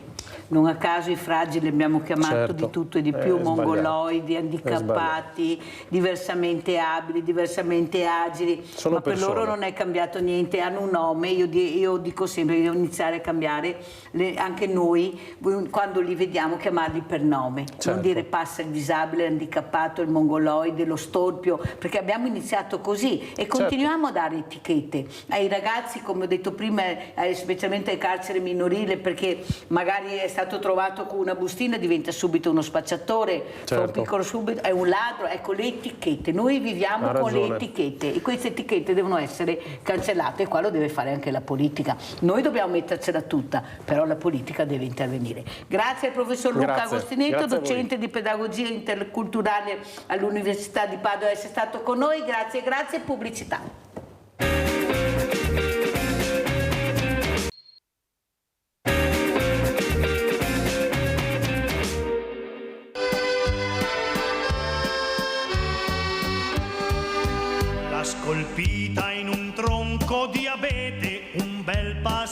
cappello, dall'altare di quella cappella le guarda la valle, poi qualcuno colori e pennello da un di pitturata, ora è il simbolo d'ogni viandante che passa di là. Madonnina dai riccioli d'oro, stai pregando su dimmi per chi? Per quell'uomo che suda in un campo, per la donna che soffre da tempo. Tu d'estate sei lì sotto le sole, nell'inverno tra il gelo e la neve, ma al tepore della primavera, circondata di fiori sei tu, filo diretto col paradiso, dona ai malati un conforto e un sorriso, prega tuo figlio, digli che noi siamo cristiani e siamo figli tuoi.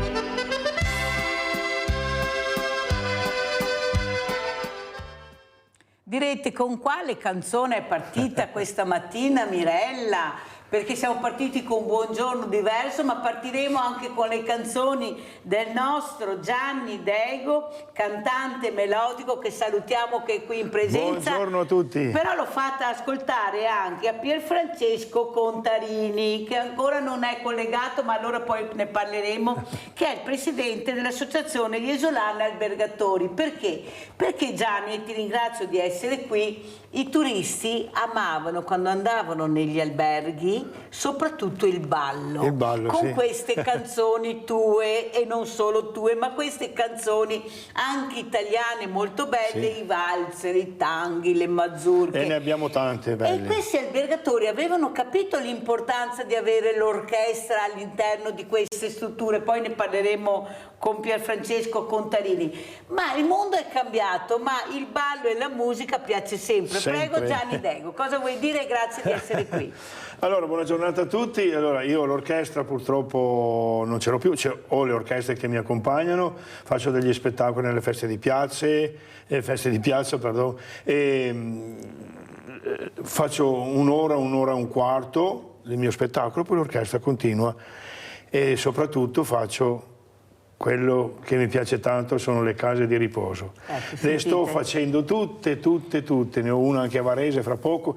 Ieri ero a Sottomarina e saluto tutti quanti perché ho detto guardate che domani mattina sono là. Salutiamo tutti, però scusa Gianni, dobbiamo salutare anche Pasquina, che è la moglie di Gianni Dego, che stamattina non l'ha accompagnato, ma noi la salutiamo. Ciao Pasquina! Addetta ai lavori stamattina a casa. Addetta ai lavori a casa. Così io mi sto divertendo ancora così. E riguardo gli albergatori, come hai detto te, è vero quello che hai detto, negli alberghi si usa ancora adesso, solo che i tempi sono cambiati e andare con un'orchestra, sai cosa vuol dire? Che cambia la musica. E allora adesso stanno vedendo, io faccio parecchi spettacoli, ristorantini, dove ci sono le 200-250 persone, da solo, e ho tutte le basi, tutte le mie canzoni anche di altri, a secondo lo spettacolo che devi fare, e li intrattengo così, mangiano, bevono, ballano, ma non è più come prima. Cos'è che vedi di diverso rispetto a prima? Non è più come prima. Com'era il prima, Gianni? No, non è più come prima perché è cambiato un po' anche il genere musicale, cioè la nostra musica italiana, come dicevi, i valzer, i tanghi, i valzer lenti, che sono il ballo per me più bello che c'è, vanno sempre, però è cambiato il genere, adesso vanno tutti il latino, sudamericano, tutta quella roba lì, e l'anzianotto sì lo balla, però non è che è un giovanotto, capito? Allora salutiamo anche Pierfrancesco Contarini, presidente Associazione Iesolana Albergatori. Buongiorno Presidente, grazie di essere qui. Io le avevo messo una bella canzone, ma lei non era collegato, per far capire l'importanza. Abbiamo ospite Gianni Dego, cantante melodico che ha girato non solo l'Italia, apprezzatissimo, proprio negli alberghi con l'orchestra. Una volta questi alberghi che avevano capito l'importanza di avere l'orchestra, di far ballare i turisti che amavano anche la nostra musica. Però Gianni dice che avete ancora qualcosa, ma è sempre più difficile anche con i costi che ci sono, che avere un'orchestra in albergo non è semplice. Cosa dice Presidente? C'è ancora questa questa voglia nell'albergo di sentire la musica, di ballare, di divertirsi. Non sempre si usciva, si stava in albergo, la sera era bellissimo. Ci racconti un po' com'è cambiata il prima e il dopo? Sì, buongiorno a tutti, buongiorno a tutti i telespettatori. Buongiorno. Il cliente ha ancora voglia di musica, infatti i nostri alberghi organizzano 1-2 volte a settimana la serata musicale. Quindi è sicuramente uno dei temi che ancora c'è negli alberghi e che ha sicuramente importante da parte dei clienti. Presidente, però veramente ci sono anche dei costi da sostenere, sono dei costi, come che diceva Gianni Dego, sono dei costi delle volte anche proibitivi, non sempre è possibile fare questo. Voi cercate anche di aiutare, diciamo, sì, il grande albergo, ma anche l'albergo che magari non ha tutta questa possibilità, ma la musica è importante, il ballo è importante, diciamola, e balliamo tutti, giovani, meno giovani. A lei piace ballare, Presidente? Fondamentalmente no, ma ho una moglie che è una dannata ballerina di tacco, quindi capito.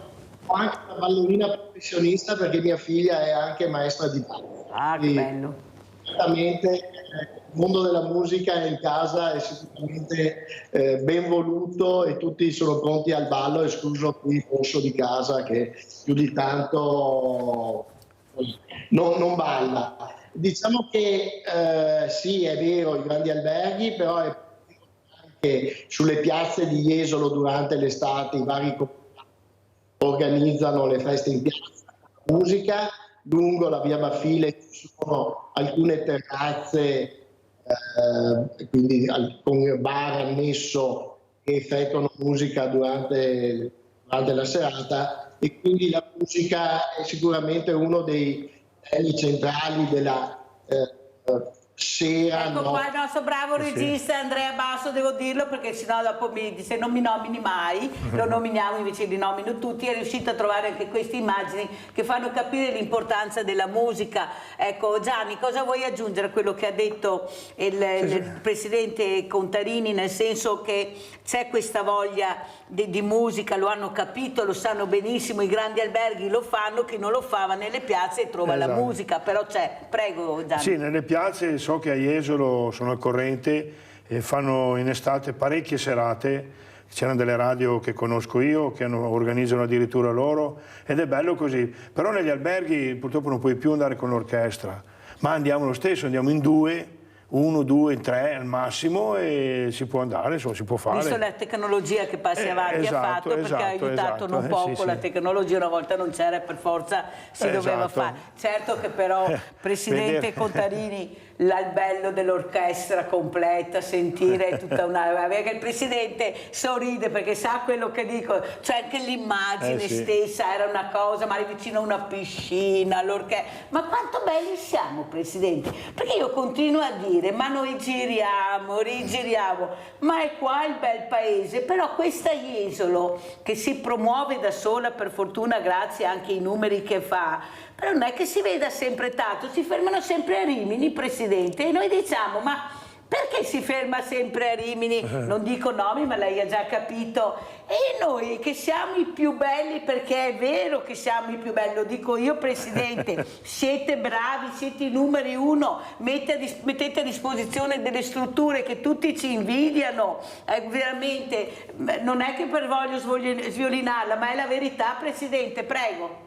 Allora, Rimini dice che si fermano sempre a Jesolo. Jesolo diciamo, dice che si fermano sempre a Rimini perché c'è Raul Casadei, mio padre era romagnolo e quindi sicuramente resta di quel settore, però Jesolo la fa da leone, pur essendo una città matura è sicuramente sul pezzo e non abbiamo nessun problema di concorrenza con la Costa Romagnola.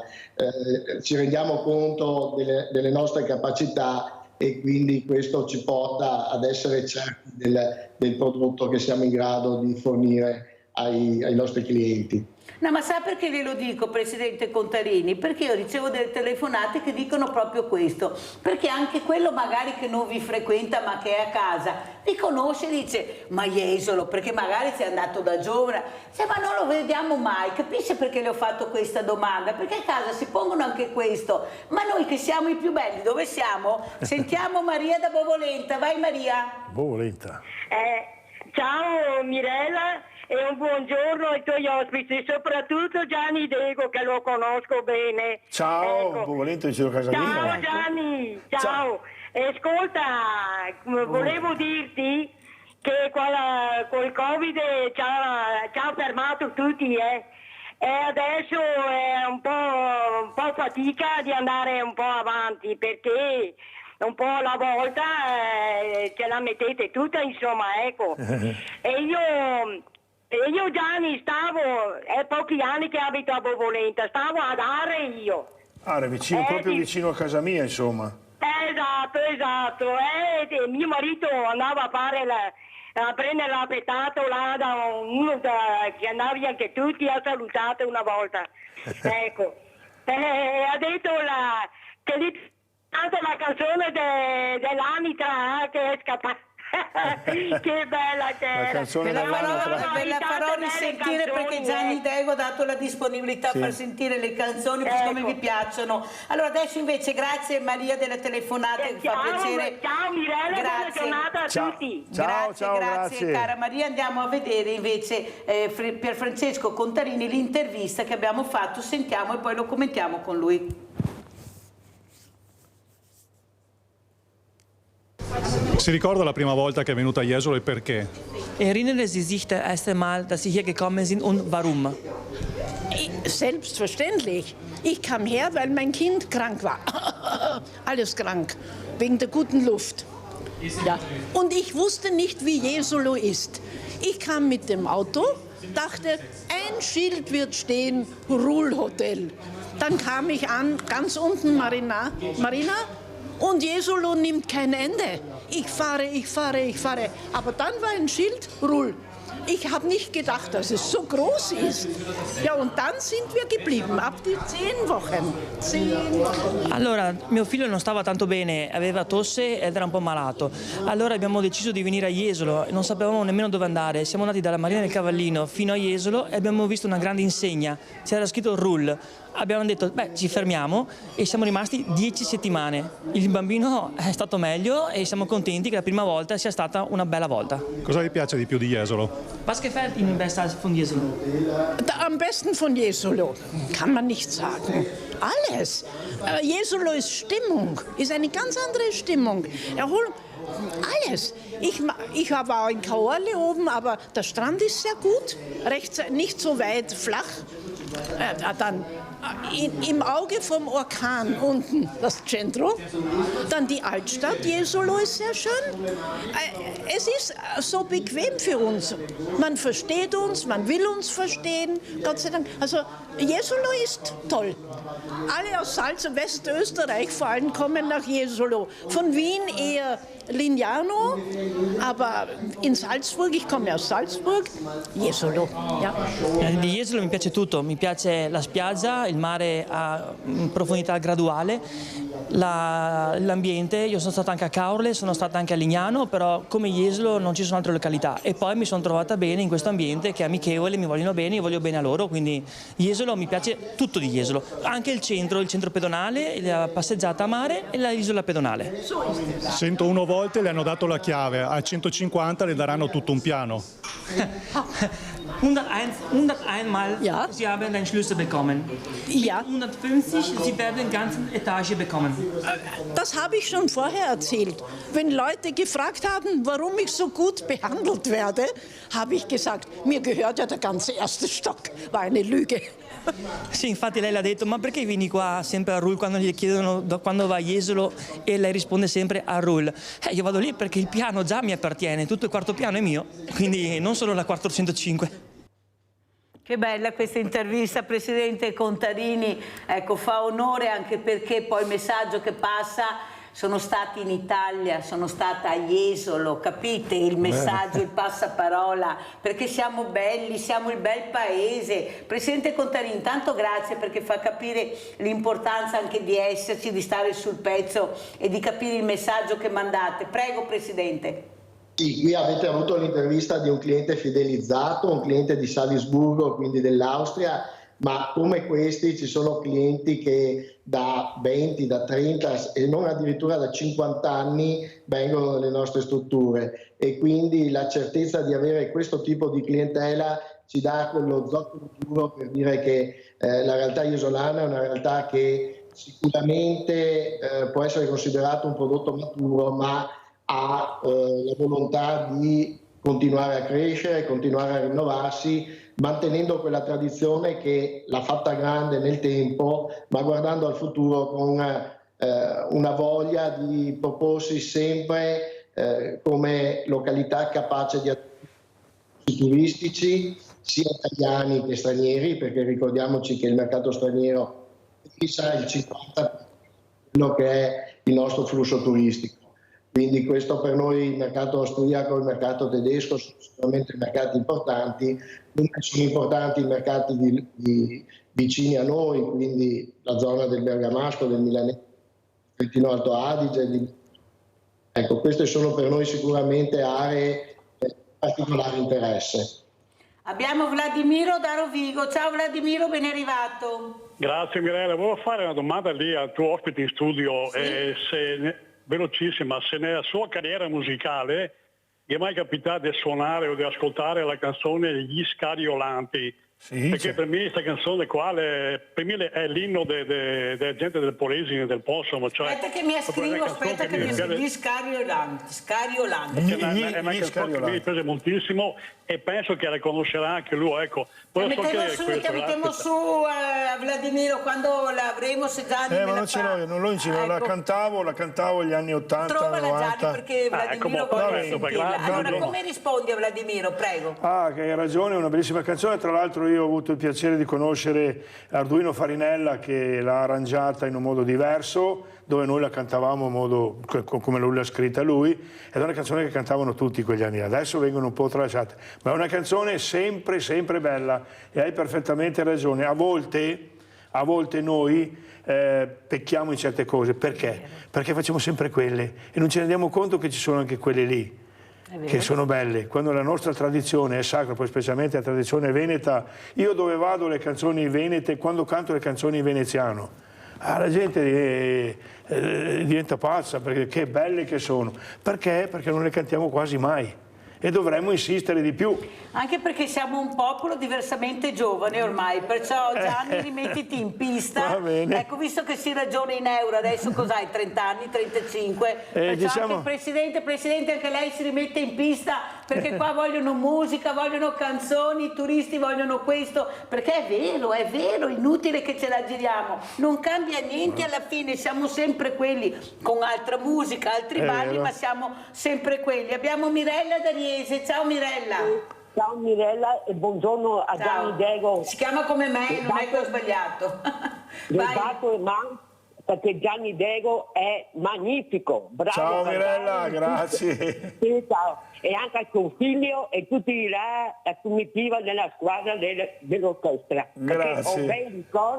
Ho bei ricordi di te, di Rudy Gini e di Renato Gli Amici. Grazie. Mamma, che favolosi che siete. Ecco, ho bei ricordi veramente. Grazie Mirella, grazie della telefonata. Corro perché la puntata è lunga ma è velocissima, questa ora vola nel vero senso parola. Presidente, come sta partendo la stagione invece, siccome si parla molto di crisi, di povertà, ecco, dobbiamo anche capire perché i numeri sono importanti. Siccome abbiamo bisogno di numeri da persone serie, come ha avuto il professor Agostinetto questa mattina che ha dato dei numeri che qualcuno dovrebbe ascoltare anche a casa, perché sono numeri veri, non i numeri dei politicanti o di qualche politico, numeri veri che ha dato il professor Agostinetto. Per quanto riguarda il turismo, maggio si aprirà la vera stagione, cosa ci racconta Presidente? Maggio aprirà la vera stagione perché abbiamo l'Ascensione, la Pentecoste e la Corpus Domini, che sono i periodi canonici di festa iniziale per le realtà tedesche e austriache. hanno in genere quei 4-5 giorni di festa e quindi scendono con numeri importanti su quello che è la realtà. In verità la stagione è già iniziata, alcuni alberghi hanno già aperto ed è iniziata molto bene. Marzo ci sono stati degli eventi importanti nella località, il che hanno portato notevoli presenze. Pasqua, diciamo, ha visto l'apertura di circa un centinaio di alberghi, è stata un po' funestata dal brutto tempo, perché ha fatto 5 giorni di brutto tempo, e quindi le prenotazioni che avevamo fortunatamente si sono mantenute, con un tasso di occupazione intorno al 60-65%. Noi ovviamente ci aspettavamo qualcosa in più, perché la Pasqua è legata sempre all'ultimo momento, quindi se c'è bel tempo i clienti vengono, se c'è brutto tempo quelli che hanno prenotato sanno bene che il tempo può essere anche in questo periodo, soprattutto con una Pasqua così vasta. La stagione comunque si preannuncia una ottima stagione. Speriamo di raggiungere e superare i numeri del 2023, che erano già stati eccezionali rispetto al 2019, che era stata vista come la stagione boom, la stagione di tutti i record. Il 2023 ha sicuramente superato i record. Ora ci aspettiamo per il 2024 di pareggiare o almeno di superarli di qualcosa. Forse non mi interessa tanto in termini di presenze, ma mi interessa più che altro in termini di qualità del prodotto che viene dato, perché si può fare qualche numero in meno, ma se si danno dei buoni prodotti si può forse guadagnare qualcosa di più. Quindi questa è la situazione. Il nostro benchmark, che è il nostro sistema statistico, ci sta rilevando sicuramente un interesse importante da tutti i mercati, anche da un mercato del sud-est, cioè della zona Romania, Cecoslovacchia. Ci manca logicamente il mercato russo, che si è completamente bloccato per l'ovvio motivo guerra, però abbiamo visto che paesi come, ripeto, Romania, Polonia, Cecoslovacchia stanno rispondendo in maniera importante. Sono un po' quelli che erano i clienti ai primi anni del 50-60 con il tedesco e l'austriaco che scendeva. Oggi abbiamo questo nuovo mercato, un mercato importante, un mercato che spende anche in maniera forte. Ci auguriamo che, come anche il mercato italiano, risponda, e soprattutto risponda velocemente, perché poi la lamentela degli italiani è: a Jesolo non troviamo mai posto. Questo deriva dal fatto che gli stranieri prenotano prima e quindi le camere d'albergo vengono fatte prima dal mercato straniero. Presidente Contarini, un'altra domanda che volevo porle è questa. Negli anni 70-80 Jesolo era vista, chi la frequentava, come albergo, difficilmente si andava nell'appartamento, cioè chi poteva, chi aveva la possibilità andava su questi alberghi meravigliosi, perché ecco, non si possono citare i nomi perché giustamente sono una televisione, siamo un emittente, però è vero questo, perché c'erano appunto queste ed erano veramente bellissime, però hanno continuato, cioè quelli che hanno capito di investire nella propria attività sono stati dei vincenti. Poi è cambiato un po', l'italiano si è preso l'appartamento, mentre il turista, lo straniero, prende di più ancora adesso l'albergo. Noi facciamo più fatica, molti appartamenti. È cambiato qualcosa? Com'è la situazione? Perché poi noi vediamo tantissimi appartamenti chiusi, dobbiamo dire la verità, diciamo, ma dove sono tutte queste persone? Però vediamo gli alberghi sono veramente affollati, e soprattutto anche durante la stagione, anche se piove. Ho avuto delle amiche che hanno detto: io vado in albergo, tanto anche se piove ho dei servizi eccezionali, non mi interessa, stacco la spina lo stesso, perché l'albergo mi offre di tutto e di più. Ecco, ha capito che non è che io voglia sviolinare, ma voglio far capire l'importanza anche dell'offerta. Anche se piove noi ci siamo, vieni, non c'è problema, prego. Sì, allora il mercato sicuramente è più trasversale adesso, gli appartamenti, la crescita degli appartamenti è sicuramente stata una crescita importante, anche perché la località si rinnova anno dopo anno. Ricordiamoci però che oltre agli alberghi abbiamo innumerevoli appartamenti, molti sono stati visti come investimento da parte degli italiani e soprattutto degli italiani delle nostre zone vicine. Abbiamo però, e non possiamo dimenticarlo, anche un forte settore all'aria aperta. Ricordiamoci che a Jesolo abbiamo il primo campeggio d'Europa, quindi anche su questo tema mi preme sottolineare l'attrattività della località. Avere il primo campeggio d'Europa non è certamente da ultima località italiana, e quindi posso dire che gli alberghi si sono rinnovati, ristrutturati. La nascita di alberghi a 5 stelle ha portato sicuramente un appeal maggiore su un'altra categoria di clientela. C'è un mix. Oggi possiamo dire che Jesolo risolve, dà una soluzione a tutto quella che è la gamma dei flussi turistici. Poi ci può essere la famiglia che preferisce l'appartamento perché ha i bambini piccoli e non si sente, come possiamo dire, di disturbare, gli orari sono diversi, di disturbare l'albergo che ha delle regole più fisse. Può esserci l'albergo che assicura tutti i servizi, e mi auguro che di signore che nel periodo di brutto tempo decidano di venire a Jesolo ce ne siano molteplici, anche se oggi ci sono alberghi con piscina riscaldata, con settore di massaggi. C'è un mix che a mio avviso risolve i problemi di chiunque voglia approcciarsi alla nostra località. Allora Gianni, quello che vorresti chiedere al nostro presidente Contarini, tu che hai vissuto la realtà, tu che sai di cosa parli, perché tu hai vissuto il grande albergo, sì, hai vissuto con la grande orchestra, hai visto questo turista estasiato e che proprio si divertiva, non andava a casa di sicuro annoiato, tanto è vero che questa turista ha detto sono rimasta 10 settimane. Capirà, per carità, sarà stanca male il fiol, presidente, però vuol dire che si trovava anche veramente bene, perché questo va aggiunto, perché questa è la verità, tanto è vero che forse un piano glielo daranno di sicuro. Ecco, cosa vorrei chiedere? Cosa vorresti chiedere al presidente Contarini? Quando fanno le serate, in estate specialmente, fare delle serate con gli ospiti, che le fanno già, sono sicuro, perché so che le fanno, con una serata con 3-4 ospiti, tipo Gianni Dego, dove facciamo le canzoni nostre. Non che siamo obbligati magari a fare delle canzoni moderne, perché c'è la nostra tradizione, la tradizione veneta con le canzoni nostre, di veneziane, dialettali. Sai quanta gente verrebbe a ascoltare? E si fermano, perché quando sentono queste canzoni la gente si ferma. È vero. Io vedo qualche serata faccio nei bar, magari mi chiedo Gianni vieni a farmi 3-4 canzoni, non c'è nessuno, passano di là, incomincio a cantare le canzoni Voga e Va Gondoliero, quelle canzoni nostre, dove si fermano, lì non vanno più via. E non hanno età quelli che si fermano? No, ci sono anche molti ragazzi giovani.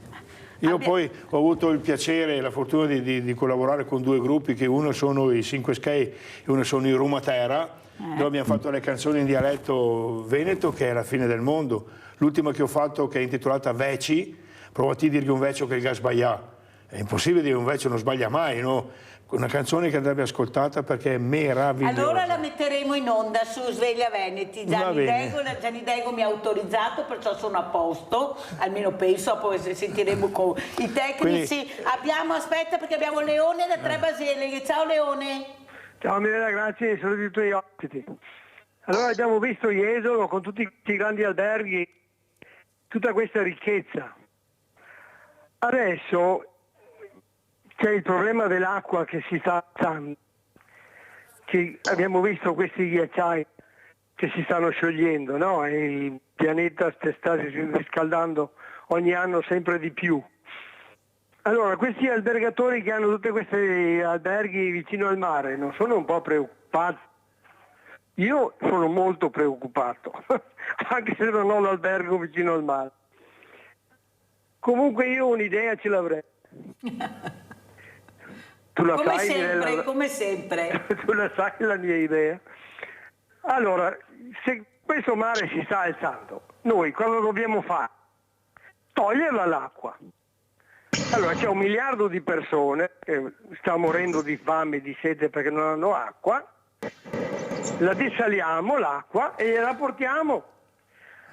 Allora, sono 200 anni che abbiamo questa tecnologia di dessalare l'acqua del mare e sono 140 anni che ci sono i pannelli fotovoltaici e quindi noi stiamo guardando questo fenomeno senza fare niente. Cioè abbiamo tutta la tecnologia, con i pannelli fotovoltaici abbiamo l'energia per desalare l'acqua del mare senza spendere tanti soldi.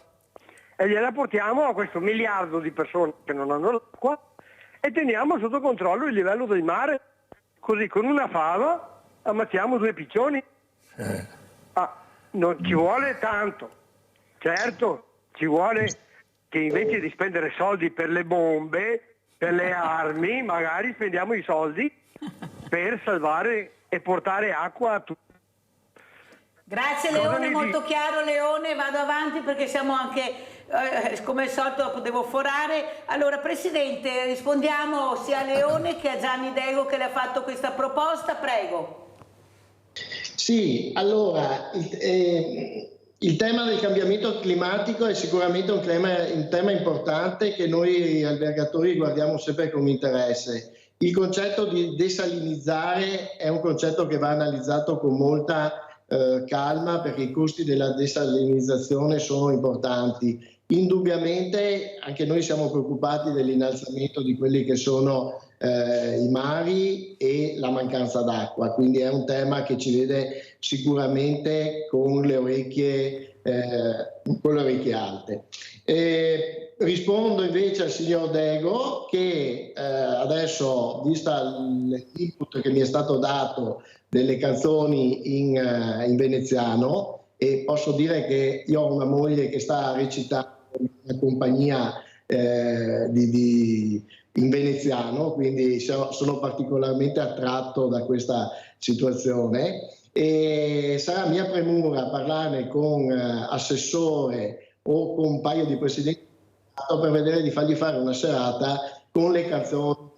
Bellissimo Presidente, non che lo dice la Mirella, ma a casa saranno tutti d'accordo sulla decisione che prenderete, compreso l'assessore. Io ho avuto ospite anche il sindaco di Jesolo e devo dire che è un ragazzo molto aperto, anche perché alberghi anche lui, perciò non è che non sappia come gestire la cosa, però quando hai una persona molto aperta, i giovani sono aperti, riescono a capire l'importanza dell'offerta, è questo che veramente è da tenere in considerazione. Cosa dici Gianni? Poi vi metterò in contatto, casomai Presidente, se volete vi scambierete i numeri, se lei mi dà posso dare il suo mail a Gianni Dego. Prego Presidente. Allora, volentieri, anche perché poi il sindaco è in prima persona collegato con i vari comitati e sicuramente questo può determinare una serata particolare. Il circuito veneto, il flusso di veneti nella nostra città è sicuramente prioritario, abbiamo clienti da Treviso, Vicenza, Verona, Padova e quindi sentire una serata da un illustre maestro sulla canzone veneziana, io lo so, ho solo una vecchia memoria di Maria Antonietta e quindi sicuramente sarà una serata interessante. E anche coinvolgere le persone, dopo magari Presidente farli partecipi e decidere qual è stata la canzone più bella, quella che hanno apprezzato di più, perché bisogna anche intrigare le persone, ecco, oltre a ballare e a cantare, loro vogliono essere intrigati, partecipi e questo aiuta veramente, sbaglio Gianni? No, è vero, io per esempio quando canto per esempio Vogue va, io inizio a cantare, poi vado in mezzo e la cantano anche loro. Ecco, perché loro vogliono così. Felice, ieri, la soddisfazione di ieri a casa di riposo di Sottomarina, sono partito con una fantasia di canzoni, Rosamunda, la cantavano tutti, le infermiere, le assistenti là, a bocca aperta, ma cantano, certo che le cantano, le conoscono, sono le nostre canzoni dopo tutto, certo. Siamo cresciuti con quelle canzoni lì. Senti Gianni, tu hai detto una cosa importante, giustamente hai un figlio che sta seguendo anche le tue orme, perciò non è che hai lasciato tutto, tu continui ad andare perché hai capito l'importanza del volontariato all'interno di queste residenze per anziani, perché vanno chiamate così, che è giusto chiamarle così, io li chiamo diversamente giovani perché per me non sono anziani ma hanno un'età diversa, ma soprattutto l'importanza di coinvolgerli ancora, di dare a loro questo sorriso. E li vedi quando felici. voi entrate, loro sono felici, devono ancora iniziare a cantare, che loro battono le mani, è vero, perché io li vedo, perché ci vado là, battono le mani, sorridono ancora prima di iniziare a divertirsi, perché loro sanno che sarà una giornata diversa, delle ore diverse. Ecco, cosa vorresti dire? Adesso abbiamo sentito il presidente Contarini, ma anche i direttori della RSA, noi abbiamo sempre ospite il direttore Giorgio Pavan dell'ISRA di Treviso. Cosa vorresti dire? Tu che vedi, che tocchi con mano. Non saprei cosa dire, solo che dovrebbero loro mettersi in avanti, cioè programmare queste cose qua, non magari una volta ogni tanto perché sanno che c'è Gianni Dego che va e basta. Esatto. Ce ne sono altri colleghi miei che lo fanno, magari meno di me, perché io mi dedico da tantissimi anni, con il quale io e te siamo diventati Cavalieri della Repubblica per queste cose qua, e almeno io. E quindi loro dovrebbero dire, mettere disponibilità, dare disponibilità, fare qualcosa in più, insomma. Perché ti dico, ieri, quando sono arrivato là, che ho cantato queste canzoni qua, poi ho annunciato la seconda canzone che era Vola Colomba, ma non fatta la Nilla Pizzi, sai come una volta, fatta con il ritmo moderno sopra. Allora, guarda, ti dico la verità, in carrozzina tutti seduti là così, applaudivano. Quando è partita la canzone Vola Colomba, io vedevi così, Vola Colomba, muovevano le mani, le assistenti, guardavano, ma come dici? Ma se vai a fare la ginnastica non si muovono, adesso è là che volavano anche loro. Cosa riesce a fare la musica? Cioè io sono un cantante, mi chiamano, logicamente vado, però dovrebbero essere loro a capire queste cose, farne di più, perché la musica nelle case di riposo credo che sia una medicina al 99,9%. Adesso arriva la domanda che metterà un po' in imbarazzo il presidente Contarini, ma gliela devo fare. Aiuto. Allora, presidente, noi abbiamo sentito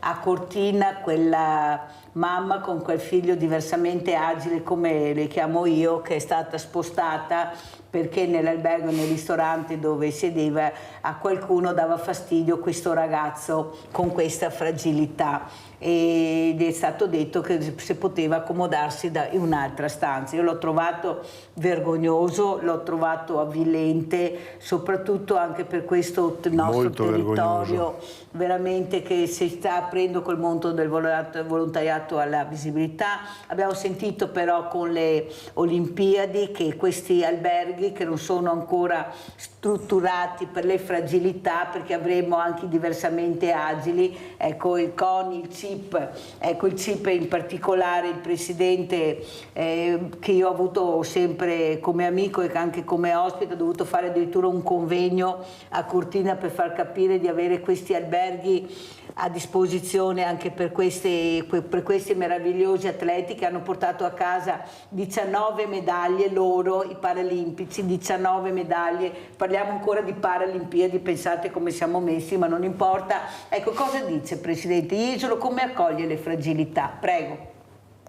Allora, vi posso solo dire che a marzo noi abbiamo avuto qui il Grand Prix della FISPES, che è la Federazione Italiana Sport Paralimpici e Speciali, e che circa i 2000 partecipanti sono rimasti più che soddisfatti, scelgono Jesolo come località per dare risposta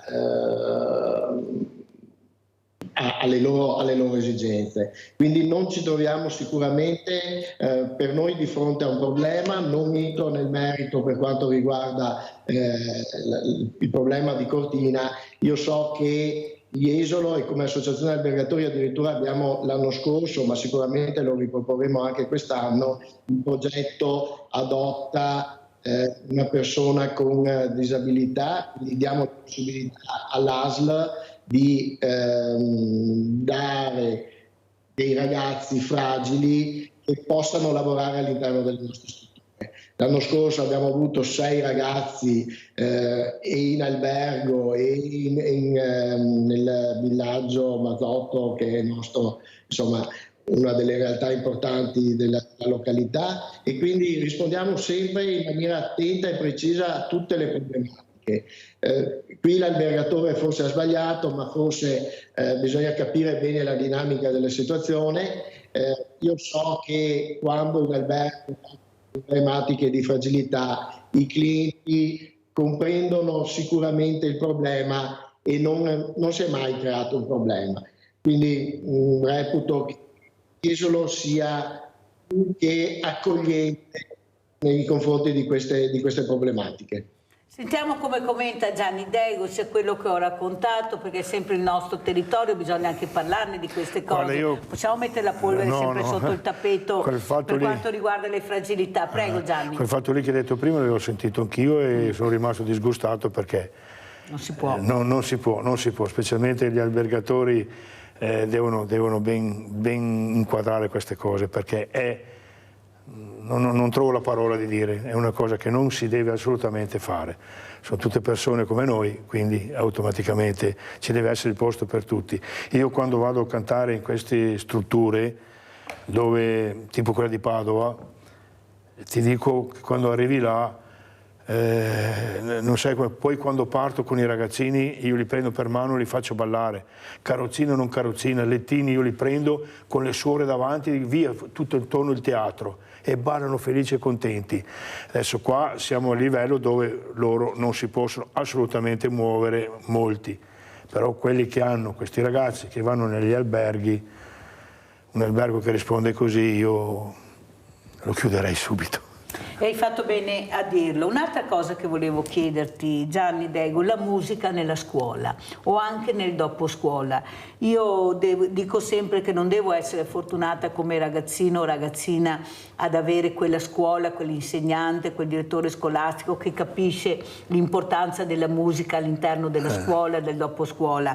Io ho visto auditorium chiusi che sono diventati magazzini, poi ho altre realtà come questa del liceo Canova, invece che questa professoressa ha capito l'importanza del teatro, ecco, della musica, di partecipare, ma io non devo essere fortunata, io devo avere quello che mi spetta di diritto, la musica è nata in Italia, l'abbiamo creata noi, ecco, perché qualcuno non sente secondo te? Perché proprio è sordo in merito invece a quella che è l'esigenza anche dei giovani, basta vedere i concerti, la passione che hanno per i concerti, i numeri che fanno i concerti veramente non li vedono nessuno. Prego Gianni. Ma io qua darei la colpa un po' anche ai genitori, perché a scuola è logico che la scuola c'è, allora adesso so ci sono ancora, l'ora di musica c'è sempre stata, e vengono a casa e dovete anche invogliarli. Io mi ricordo mia moglie con mio figlio suona 6 strumenti. 6. Oh, mia. Ma non è che li suona a orecchio, ha imparato la musica, sa suonare, sa fare tantissime cose nell'ambito musicale. Allora, però quando mia moglie veniva a casa, gli stava dietro, diceva guarda che poi arriva papà, si arrabbia, dai impara questo, lui magari non voleva qua e là. Certi genitori gli comprano la tastierina dove c'è scritto A, B, C, D, c'è scritto là però che devi schiacciare questo, questo e questo. Lì non imparano più niente, non devi farli imparare così. Questi sono stati gli errori dove purtroppo la musica piano piano si è allontanata. Dalla tastierina è passati al cellulare, al smartphone e il ragazzo si è fermato invece di crescere. Perché i ragazzi che hanno voglia di studiare, ci sono dei posti, ci sono dei maestri che insegnano molto bene e se uno ha un po' di tempo, certo devi essere invogliato dai genitori.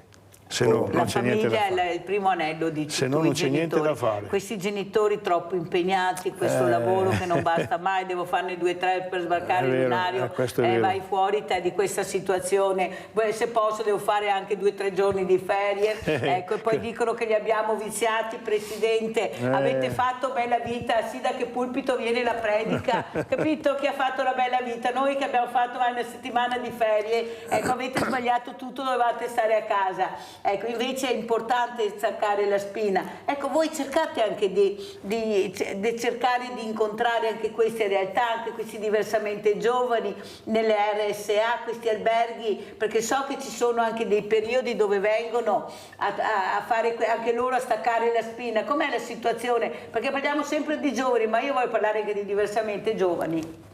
Allora, per quanto riguarda i diversamente giovani, sono molteplici gli alberghi che nei periodi, non so, aprile, maggio, giugno, settembre, ottobre, quindi nelle ali di stagione, ma in periodi comunque dove il mare, il sole, il mare soprattutto è perfettamente vivibile, accolgono gruppi della seconda età o della terza età, di non più giovani, nelle loro strutture. Quindi io stesso in albergo ho un gruppo che da 30 anni viene dal comune di Vacallo e diciamo che mediamente l'età media è fra i 75 e gli 80 anni, quindi sono tutti i miei nonni, tutti zii, e mi arrivano con scatole di cioccolato e via dicendo, proprio provenendo dal mercato svizzero, ma so che di queste realtà ne abbiamo molteplici nella località. Abbiamo anche la nostra RSA, quindi questo è anche motivo di vanto per la località, dove fortunatamente abbiamo una bellissima situazione, nuova, moderna, ben gestita, e quindi anche questo è sicuramente un fiore all'occhiello della località. Poi parlate con un volontario di Croce Rossa, quindi per me l'aiuto a chi ne ha bisogno è sicuramente un aiuto fondamentale.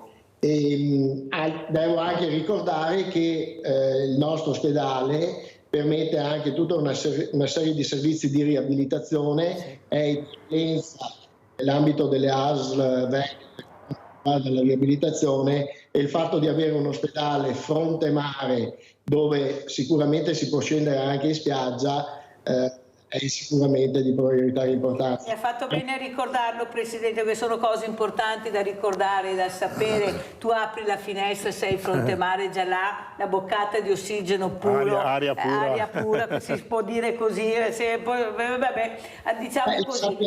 Le sabbiature a Jesolo erano uno dei master degli anni 50. È vero. Niente. Sabbiature e colonie, io ricordo anche le colonie, Presidente, le famose colonie di Jesolo, Barzotto, che lei ha citato prima, non le batteva nessuno, eravamo i primi anche là, noi siamo sempre stati i primi dappertutto, poi qualcuno non ha capito niente, ecco, lasciamo perdere perché ci stiamo divertendo. Attenzione che Villaggio Marzotto esiste ancora. Lo so, però non era più quello di una volta, è un'altra cosa quella che io intendo, Presidente, è un'altra cosa, sì. Abbiamo Giusy da Treviso, vai Giusy. Ciao Mirella, buongiorno ai tuoi ospiti. Volevo fare una domanda al signor Diego. Sì. Sento che lei sta dicendo che quando suo figlio era piccolo dovevate insistere perché studiasse sempre di continuo. Ma le avete mai chiesto cosa voleva fare da grande? Questo volevo sapere, perché non è perché lei ha un figlio deve seguire la sua strada. Mi levi questa curiosità, perché non capisco perché insistevate di farlo studiare se magari lui aveva un'altra meta. Questo volevo chiedere. La ringrazio. Sentiamo Giusy, prego Gianni. Ringrazio lei della domanda, però qua ci vorrebbe mio figlio che gli avrebbe risposto immediatamente, perché io ho chiesto a mio figlio, ho detto impara la musica non per fare il mio lavoro. Questo gliel'ho sempre detto. Io non volevo che mio figlio ha suonato con me 18 anni, ma per un caso, non perché volessi che facesse il mio lavoro, perché ho detto a mio figlio impara la musica, che in qualsiasi parte del mondo sarai quando sarai grande, ricordati che non sarai mai solo e un panino lo troverai sempre. Questo non perché facesse il mio lavoro. Qua c'era mio figlio, per dire la verità, perché non dico mai bugie. Poi è successo un fatto che sono rimasto senza dei musicisti e ho detto a mia moglie io vado in pensione, sono stufo di continuare a cambiare. Lui si è messo a piangere e ha detto ma sento pensione, ancora giovane, aveva 17 anni, ha detto papà vengo io con te. Ho detto scusa, tu il pianoforte lo sai suonare ma mancano altre, vengo io. E io non mi sono sentito di dire no. Ma io non ho mai insistito che mio figlio venisse a suonare con me, questa è la verità, solo perché la musica è natura. Guardiamo gli stati di colore, chiamiamoli così, loro no? ballano sempre. Là ballano anche senza strumenti, cantano fra di loro, perché la musica è... Però io aggiungo una cosa Gianni, che tu hai fatto capire al tuo figlio la cultura, perché musica è cultura, tu non gli hai insegnato a fare qualcos'altro, cioè imparare ad ascoltare la musica, vuol dire imparare ad ascoltare la cultura, cresci con la cultura, non con la musica. Presidente, come ci saluta, che ormai siamo alla fine, prego.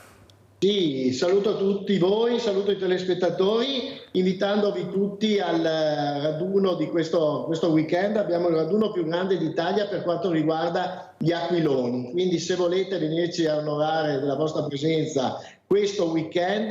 Tra l'altro vi consiglio la notturna di sabato, che è uno spettacolo veramente eccezionale, dove vedrete in notturna, quindi illuminati dai fari, 200 aquiloni volare nel cielo di Jesolo, con gli aquilonisti che corrono sulla sabbia. Quindi un evento importante e vi invito tutti a partecipare. Grazie, grazie. Ringraziamo anche il presidente esolano dell'Associazione Albergatori, per Francesco Contarini, di essere stato con noi. Grazie Presidente, complimenti per quello che state facendo. Gianni, come ci saluti? Grazie a tutti, e se c'è qualche casa di riposo che mi vuole, tu lo sai, fate un colpo di telefono, vengo volentieri. Allora io faccio vedere però anche in attesa questa locandina bellissima, perché avremo questa mostra, perché domenica ricorderemo il 7 aprile questo bombardamento terribile che ha subito Jesolo. Eccola qui, perciò chi ha piacere di andare a vedere, dell'associazione Dogi, che avremo anche ospite. Ci sarà questa inaugurazione sabato 6 aprile alle ore 10 presso la piazza San Pio X, dove c'è questa sede, e poi ogni domenica, e vedrete veramente, per ricordare, per non dimenticare, visto che si parla di guerre, ecco cosa succede con le guerre, cosa è successo anche a Treviso purtroppo il 7 aprile. Grazie, grazie, pubblicità. Ciao.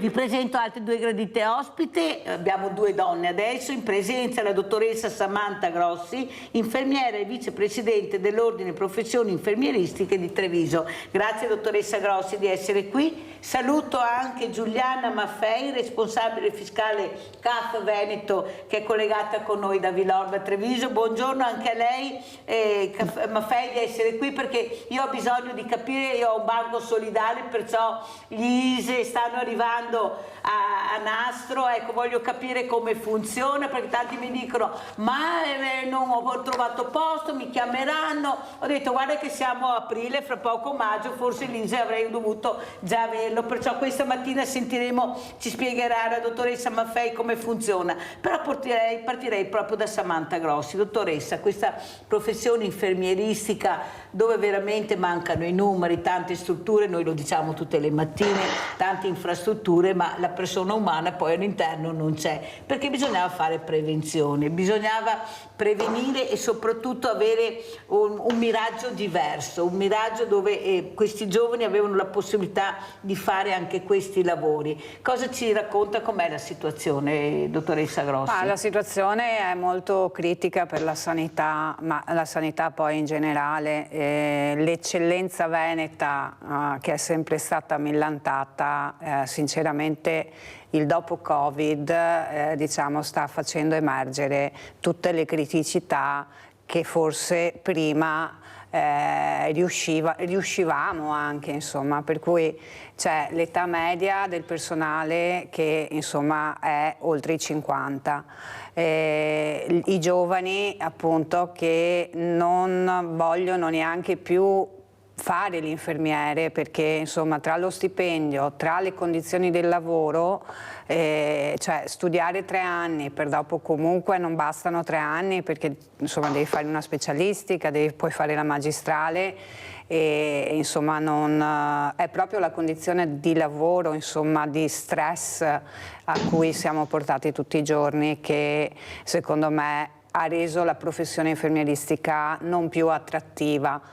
E poi ci sono appunto le esigenze dei cittadini, perché la popolazione sta invecchiando e non abbiamo le strutture e non abbiamo il personale per assistere. Adesso la propaganda politica è assistenza territoriale e l'ospedale deve essere solo per le urgenze, ma di fatto in territorio, lo vediamo anche nelle case di riposo, non c'è risposta, io lo vedo ogni giorno, lavoro in un reparto di medicina, ci sono tantissime persone anziane che devono pagare o 3.000 euro se riescono a trovare il posto per andare in una struttura o aspettare mesi e mesi, e a domicilio non siamo in grado di garantire l'assistenza. Avete capito più chiaro di così com'è la situazione attuale? Stiamo parlando del mese di aprile 2024 e le cose non stanno andando bene, soprattutto perché abbiamo una popolazione che sta invecchiando con tante patologie.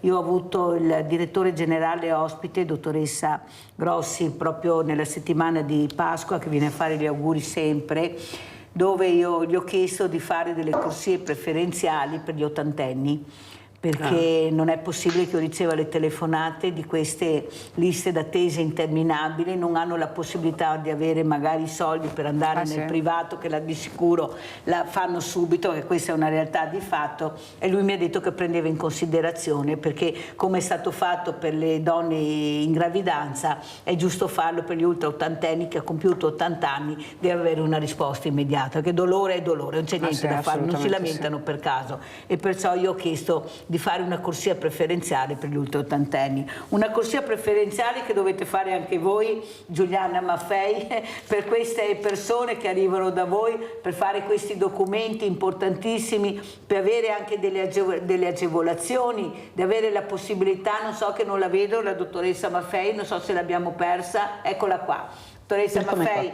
questi CAF che veramente devono dare le risposte a 360 gradi a tanti problemi, la burocrazia non ne parliamo, ma perché in Italia è tutto così difficile? Se una persona è povera, le dichiarazioni dovrebbero essere facili, invece anche voi diventate pazzi a compilare questi ISEE, poi ci sono i furbetti, ce n'è di tutto. Prego, dottoressa Maffei, cosa ci racconta? Vi racconto che purtroppo, come dice spesso lei, anzi sempre lei, ci sono tante persone che sono in disagio, in difficoltà e quindi il numero degli ISEE aumentano di anno in anno, tutti quanti provano almeno una volta a presentare l'ISEE e chi lo presenta annualmente per avere almeno qualche contributo, qualche agevolazione.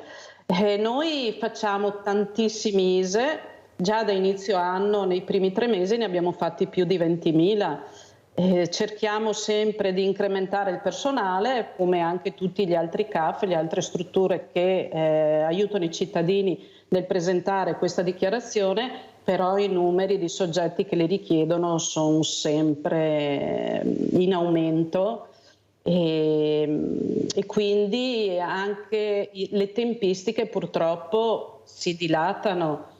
Noi diciamo sempre di prendersi per tempo, perché se io so che mi serve a giugno, non posso aspettare a giugno a prendere l'appuntamento, devo farlo almeno con un paio di mesi d'anticipo. Possibilmente lo posso prendere l'appuntamento già a gennaio, non è che io devo farlo necessariamente in scadenza l'ISEE, posso presentarlo in qualsiasi momento dell'anno, quindi bisogna assolutamente prendersi per tempo, perché sennò è come andare dal medico. Se io devo andare da un professorone non è che mi prendo all'ultimo minuto per fissare un appuntamento, devo farlo con largo anticipo e purtroppo ormai anche venire al CAF per presentare l'ISEE va fatto utilizzando tempistiche purtroppo molto larghe per poter riuscire ad arrivare nei tempi previsti per la scadenza di ogni singolo bando. Ha fatto bene a dirlo, dottoressa Maffei, perché io lo dico sempre anche ai miei volontari quando fanno l'accettazione.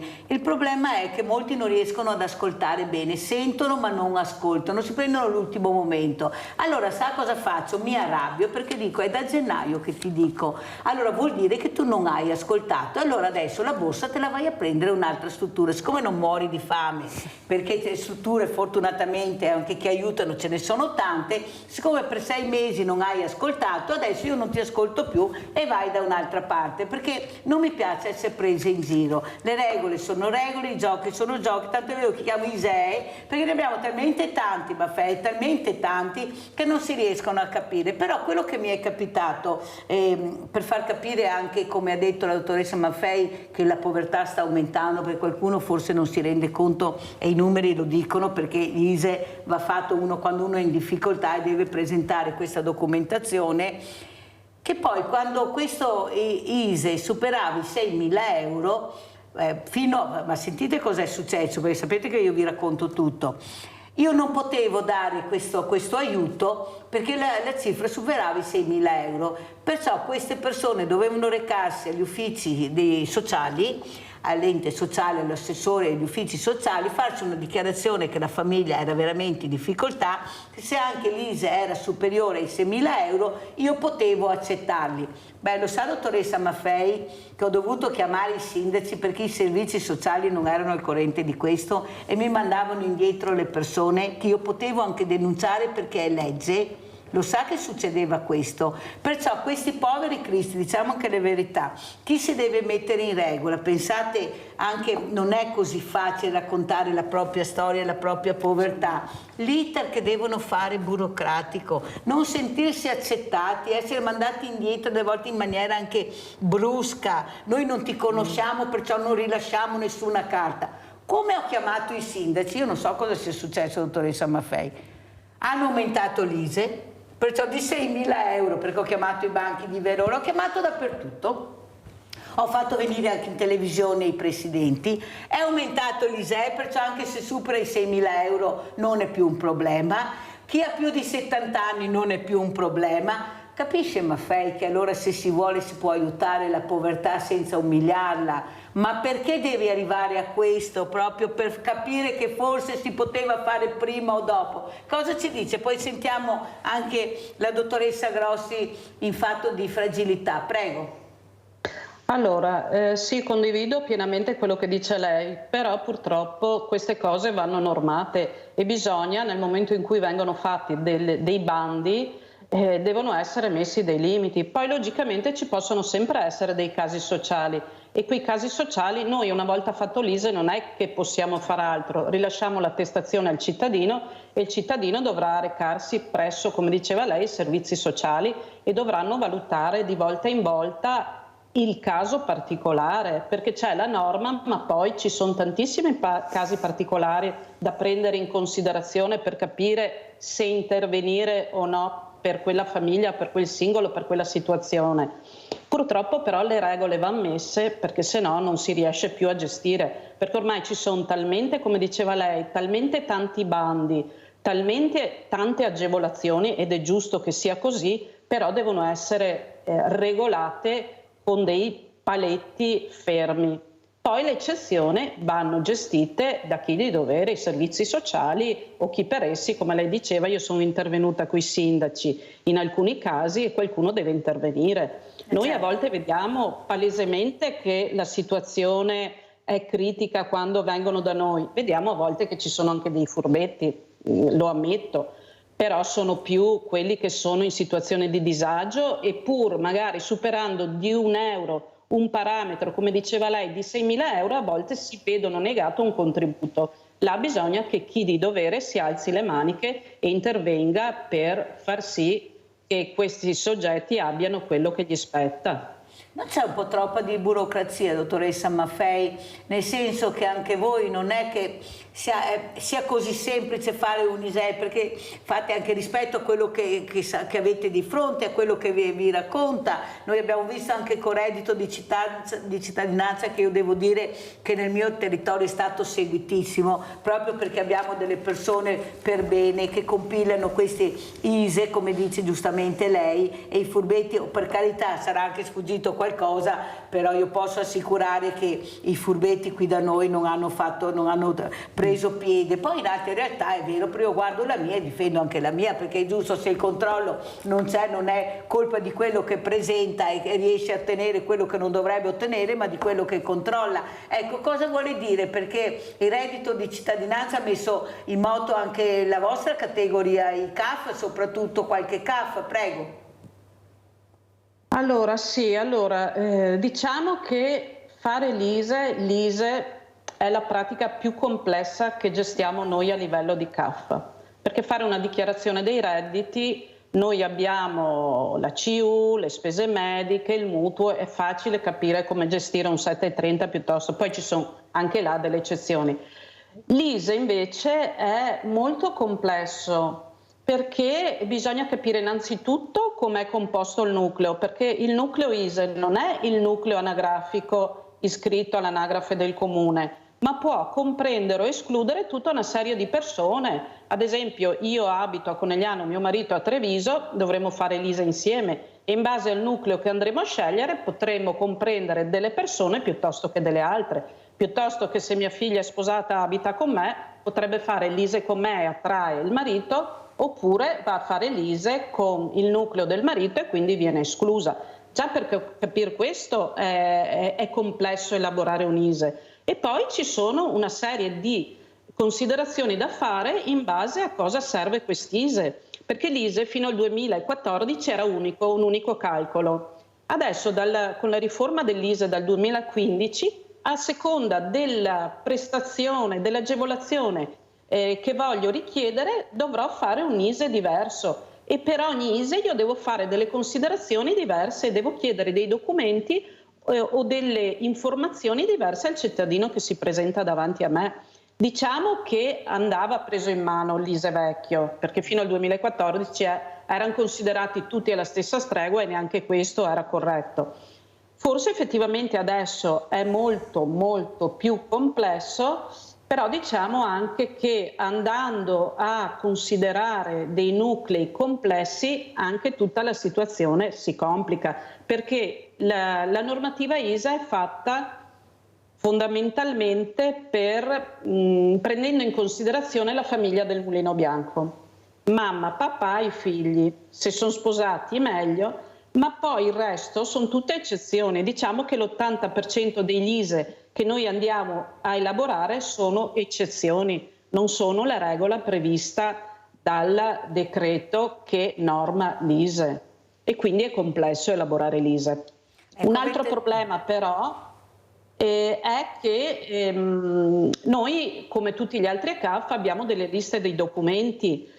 Noi quando il cittadino prende appuntamento e viene o fisicamente da noi oppure prende l'appuntamento telefonicamente o in autonomia con l'app, gli consegniamo, gli inviamo una lista di documenti e purtroppo questa lista non viene letta dal cittadino, arrivano il giorno dell'appuntamento senza i documenti e, come diceva lei prima, si fa fatica a prendere appuntamento in tempo rapido anche perché il cittadino viene più volte per completare un ISE perché non porta tutta la documentazione che già di per sé risulta essere abbastanza complessa. Vede che faccio bene a dire che vadano a prendere la borsa da un'altra parte, no? Perché io capisco chi sono i furbetti, ha capito? Maffei, non c'è ciccia per gatti nel nostro banco solidale.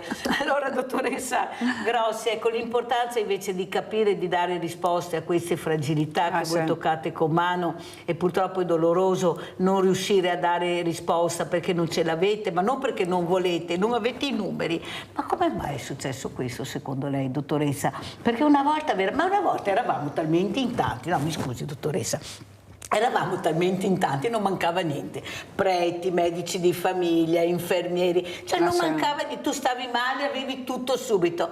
Adesso siamo diminuiti, paghiamo molto di più, ma siamo più vecchi. Siamo più vecchi e non riusciamo ad avere neanche la visita a casa del medico di famiglia, perché ormai è una fortuna anche avere il medico di famiglia, avere il reparto che funziona, che ha le attrezzature e le figure che possono aiutare. Ma allora cosa facciamo? Il problema secondo me è proprio la programmazione che è stata fatta, cioè che non è stata fatta o è stata fatta a ribasso. E il cambio, io lavoro come infermiera ormai da 32 anni. E sinceramente negli anni 90, quando ho iniziato a lavorare, si stava molto molto bene, cioè anche come lavoro, cioè era veramente piacevole andare a lavorare perché avevi la possibilità di assistere le persone e proprio di prenderle in carico. Secondo me il tutto è cambiato quando siamo passati ad azienda. Ad azienda, che l'azienda sanitaria, comunque gli ospedali non è che fanno profitto, no? Però devono fare numeri, prestazioni, cioè devono stare all'interno dei budget e finito il budget non c'è più trippa per gatti. E lì siamo andati un po' alla volta, piano piano, alla deriva, e adesso stiamo andando effettivamente proprio alla deriva perché non c'è risposta. Dopo, l'altra parte sono i comuni. I comuni, secondo me, dovrebbero essere finanziati molto di più per tutte le fragilità sociali. Perché? Perché poi tutte le fragilità sociali si riversano in ospedale. Io lo vedo tutti i giorni e ricoveriamo tanti casi sociali perché manca il supporto, che non hanno effettivamente bisogno magari di ricovero ospedaliero, ma non c'è un posto che possa accoglierlo. Avete capito? Per cui ti interfacci con i comuni che però anche loro, poverini, cioè secondo me a livello proprio di finanziamento economico, non hanno i soldi per avere delle strutture di accoglienza e saremo sempre più soli poi, per cui le fragilità sociali, diciamo di solitudine ed economiche, ci saranno nel tempo sempre di più. Dottoressa Grossi, i giovani e questo lavoro infermieristico, ecco, perché bisogna avere anche una certa passione, una certa predisposizione anche a fare questo lavoro. Ecco, i tempi sono cambiati, io non penso che questi ragazzi giovani, io punto molto sui giovani, poi ci credo e secondo me sono veramente bravi, intelligenti e forse anche più sensibili di quello che pensiamo. Sì. Il problema è che non diamo loro la possibilità di intrigarli anche con questo lavoro, perché dovrebbe essere dalle scuole, dovrebbe essere già dalle elementari che si inizia a capire anche certe professioni, magari anche giocando, dottoressa, non dico sì. di no. Una volta non si giocava il dottore e l'infermiera, vi ricordate? Sì, Eppure c'era quello che era più predisposto, quello che era meno però toccavi con mano i vari giochi. Allora i ragazzi forse se diamo i giochi, li facciamo toccare, poi loro scelgono, ma intanto iniziamo a capire dove possiamo andare a parare con questi ragazzi. Cosa dice, dottoressa? Guardi, Grossi? allora noi come ordine quest'anno siamo stati chiamati da una scuola di Oderzo ad indirizzo sociosanitario e siamo proprio andati nelle classi quarte e quinte proprio per informare, per cercare di appassionare, perché poi se insomma un ragazzo finite le medie sceglie comunque un indirizzo umanistico, forse già una predisposizione di suo ce l'ha. Per cui noi appunto siamo andati in questa scuola e abbiamo cercato di appassionare e di far capire, togliendo tutte le criticità, che è meglio non dirle, però capire comunque quanto più valore puoi dare anche alle persone facendo l'infermiere. E è stata una bellissima esperienza, ma così come il corso di laurea di Treviso ha fatto in altre scuole superiori, proprio per cercare di avvicinare, di appassionare i giovani a questa professione, perché poi insomma è una professione che ti riempie la vita e ti riempie di emozioni, insomma, di esperienze. Quando la dottoressa Grossi ha parlato di criticità si stava un po' emozionando, ha detto meglio non parlarne, perché lei crede nel suo lavoro e fa male sapere che ci sono queste criticità che tu non puoi dare una risposta, ma non è che tu non la voglia dare, c'è qualcuno che impedisce di fare questo ed è una politica che non supporta anche questa passione, perché quando noi vediamo questi studenti che devono veramente protestare per far capire che loro hanno diritto di studiare, di trovare anche una camera, un appartamento con prezzi agevolati. Non abbiamo gli ostelli perché non li abbiamo. Noi facciamo di tutto e di più, ma non facciamo quello che serve ai giovani, anche per appassionarli. Perché se sono già in difficoltà e sono fragile e anche economicamente non sono supportato da una famiglia che mi può agevolare, perdo anche la passione e dico ma chi me lo fa fare? E magari non riesco a entrare in quel percorso importante per me che può essere questa professione anche infermieristica. Perché bisogna anche studiare e per studiare devi anche avere la mente serena, devi essere a tuo agio o sbaglio? Perché questo non viene, ma non hanno voglia di far niente. Ma chi ha detto che non hanno voglia di far niente? No, noi i giovani che abbiamo adesso non sono i giovani di 50 anni fa, sono giovani che hanno voglia di vivere e di lavorare, non di lavorare per vivere, loro vogliono anche vivere e vogliono essere rispettati anche del percorso che hanno fatto, che è lo studio, o sbaglio? Assolutamente assolutamente sì, no, ma io credo molto nei giovani, solo che bisogna appunto secondo me accompagnarli, non possiamo buttarli lì o sempre a criticare perché dopo qualche evento fa vedere che è tutto brutto, tutto male. Secondo me manca anche una rete sociale che possa supportare questi giovani, ma già diciamo dalle medie secondo me bisogna incominciare a stargli vicino e fargli capire insomma che il mondo è bello e la vita è bella e vale la pena di essere vissuta. Però noi diciamo adulti dobbiamo esserci e dobbiamo essere noi i primi a dare l'esempio. Io vedo gli studenti, e ne vediamo tutti i giorni, di infermieristica, che sembrano anche tanto piccolini, no? Immaturi, però poi insomma se ti fermi un attimo a parlare ti rendi conto proprio di quanto hanno dentro e quanto possono dare. E competenti? Assolutamente sì. Avete capito com'è la situazione? Ma cos'è che dicono, dottoressa, questi giovani con i quali vi confrontate? Cos'è che per loro è stata la difficoltà maggiore? Perché penso ne parlate, perché poi diventate anche un po' psicologi tra di voi. Assolutamente sì, ci supportiamo. Fronte, ecco questa persona, chi è questa persona che mi è arrivata, questa ragazza, questo ragazzo che però ha passione, perché si nota se hanno passione. Prego, dottoressa. C'è qualcuno che non ce l'ha, li vediamo. Che magari è stato indirizzato dai genitori. Sì, li vediamo, però sono diciamo proprio casi sporadici, non sono, nella maggior parte invece li vedi proprio che sono appassionati e la criticità più grande non tanto finché studiano, no? E sono all'interno dell'università, secondo me c'è anche questo problema, che l'università nello studio teorico ti dice tantissime belle cose, poi quando arrivi in reparto e inizi il tirocinio ti scontri con una realtà che dici ma cos'è questa cosa? Cioè non me l'hanno raccontata così, no?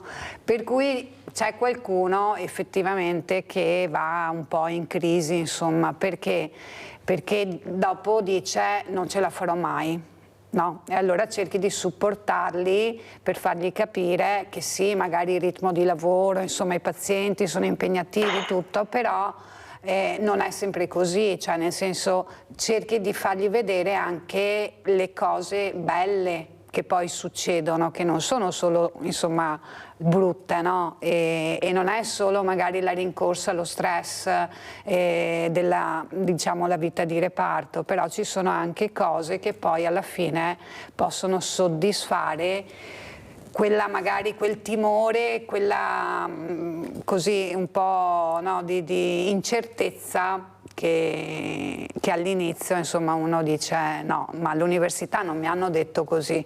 Allora io ho avuto un ricercatore, non mi ricordo se era in Olanda, perché io mi collego col mondo quando posso, che mi piace, e lui ha detto una cosa importante dell'università italiana, ha detto mancano i laboratori. Sì. Ecco, mancano i veri laboratori. Io qui ho trovato il laboratorio vero, qui si fa anche laboratorio. Ed è la stessa cosa che io sento dei ragazzi, degli studenti che dicono noi non vogliamo vivere solo di didattica, magari nel pomeriggio vorremmo essere intrigati anche da altre cose.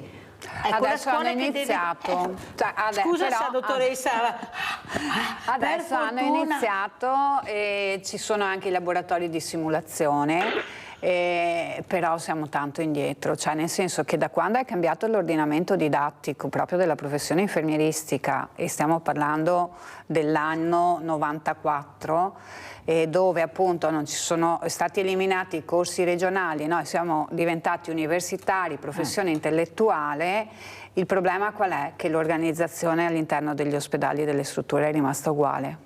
È là il problema.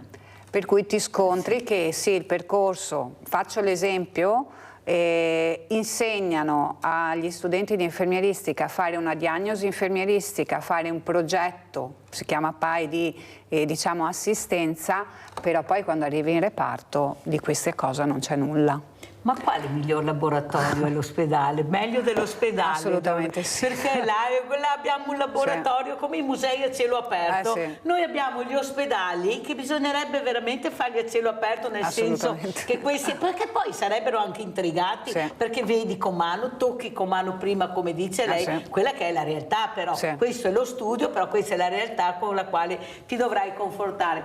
Dottoressa Maffei, invece nei CAF molti giovani, devo dire la verità, e preparatissimi, bravissimi, è un'altra realtà, perché parliamo anche di giovani che veramente seguono anche una professione diversa, aiutare anche il prossimo, essere anche appassionati, perché devi molto ascoltare nei vostri uffici, ecco, l'ascolto è fondamentale, però io devo dire la verità che siete bravissimi, veramente complimenti anche a questi ragazzi che poi sono di una velocità, dottoressa Maffei, veramente che è una cosa incredibile, ti parlano e loro fanno 1500 cose e ti trovi la carta pronta, perché è vero, bisogna dirlo. Prego, dottoressa Maffei, sempre complimenti. Grazie, no, effettivamente mi tocca dirlo che è un lavoro veramente complesso. A volte qualcuno pensa che il nostro lavoro sia solo inserire una serie di numeri, di dati, informazioni, e invece è un lavoro molto molto complesso che necessita di una formazione costante.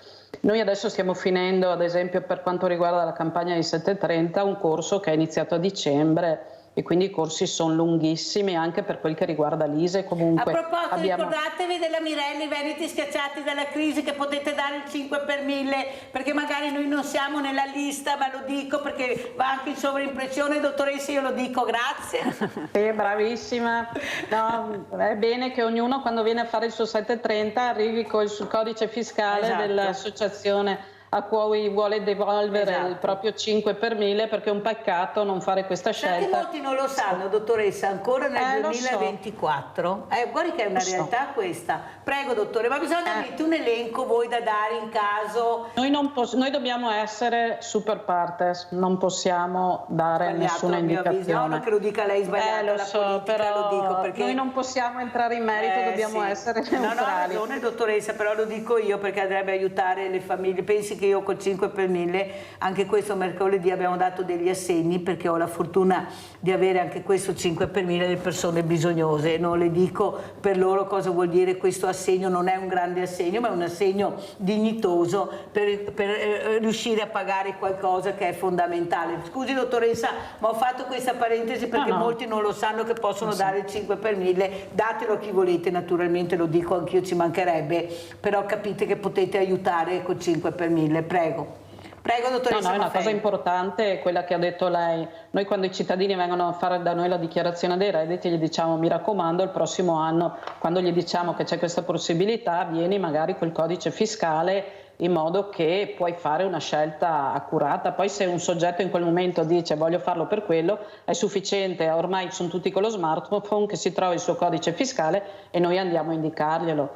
Per quanto riguarda la formazione e la preparazione dei giovani, diciamo che ci sono dei giovani che si avvicinano al nostro lavoro, però è un lavoro talmente complesso che sono più quelli un po' più avanti che si avvicinano a questa, non avanti, dopo i 30 anni, magari 40, perché ci vuole tanta pazienza, tanta dedizione. Noi siamo un po' psicologi, un po' assistenti sociali, dobbiamo essere molto preparati e è un lavoro veramente complicato. Noi siamo contenti quando vediamo dei giovani, perché come diceva lei sono molto veloci, e poi ce ne sono molti anche che si fermano con noi e sono contenti dell'esperienza, perché è anche un'esperienza umana quella di lavorare al CAF.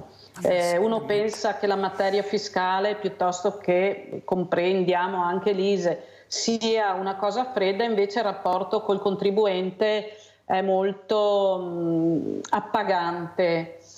E è un'esperienza che io consiglio a tutti di fare, provare a fare una stagione da noi che sia 730 piuttosto che ISE, si imparano tante cose, veramente tante cose.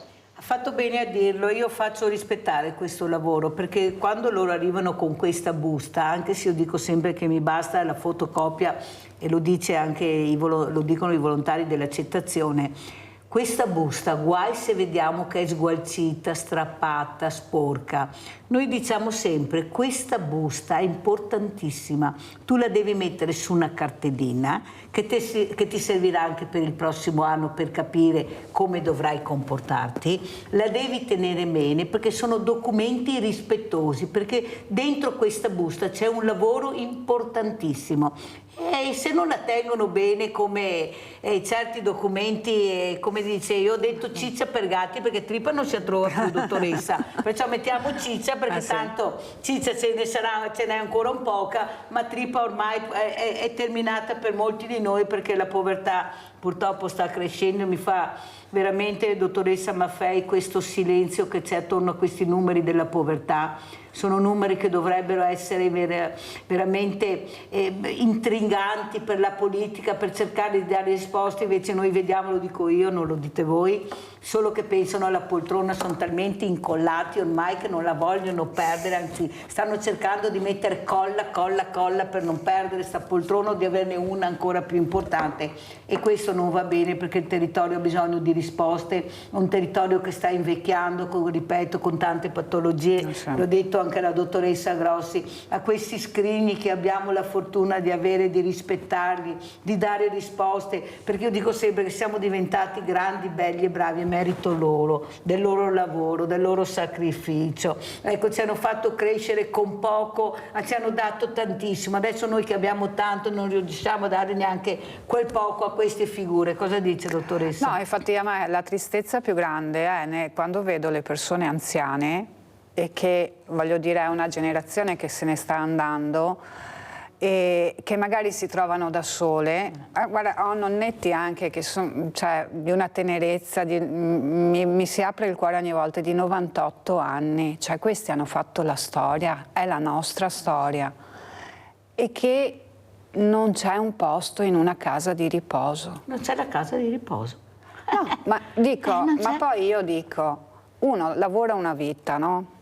Arriva la pensione, dopo vabbè, cioè anche lì uno prende la pensione ma ci ripaga di nuovo le tasse, non sono bastate le tasse pagate, no, i contributi. E allora per entrare, se riesci dopo mesi e mesi ad entrare in un posto in convenzione, comunque 1.800 euro li devi dare. Ciao. Ma è corretto che una persona anziana che ha bisogno di assistenza debba pagare 1.800 euro? Non li hanno, la maggioranza non li hanno. E se non riesci a entrare... E la maggioranza, neanche i figli non ce la fanno poi a contribuire. Allora, pensione di 600.000 euro e rette di 3.000 euro. L'accompagnatoria adesso non la danno più, devi essere fermo a letto immobile. Orizzontale, devi essere orizzontale. Per cui neanche quella può andare, no, ad integrare. Dottoressa Maffei sta sorridendo, mi viene da piangere, sono disperata perché non ascoltano, eppure siete chiari, dite veramente qual è il problema, quello che veramente vivete tutti i giorni. Come ci saluta, dottoressa? Abbiamo terminato il tempo, prego. Dottoressa Maffei. No.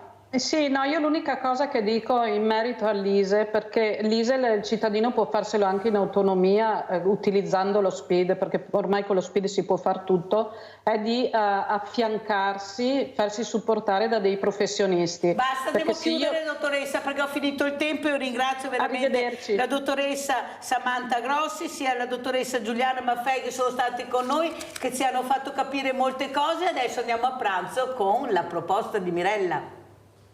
Carciofi dorati e fritti. In epoca romana, le donne anziane con il capo cinto di edera preparavano e vendevano le frictilia, i più svariati prodotti fritti.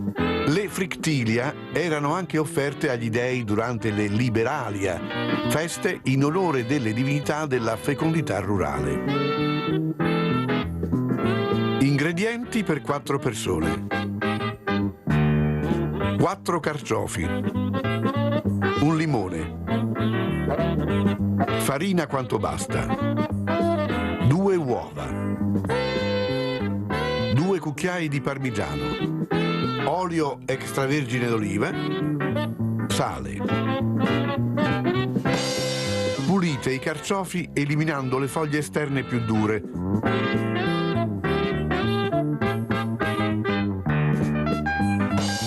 Tagliate ogni carciofo a metà nel verso orizzontale in modo da eliminare le punte più dure. Accorciate i gambi ed eliminate la parte verde esterna. Tagliate ciascun carciofo in 2 parti. Eliminate la peluria interna.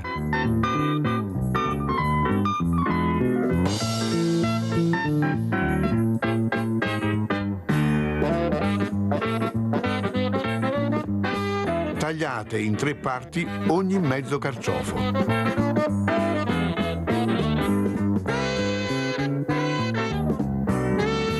Man mano che pulite i carciofi, metteteli in acqua e succo di limone, in modo che non diventino neri.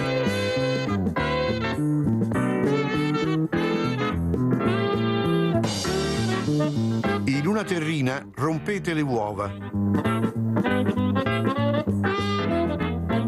Aggiungete il parmigiano, la buccia grattugiata del limone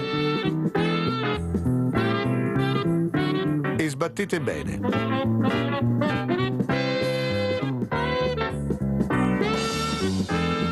Asciugate i carciofi.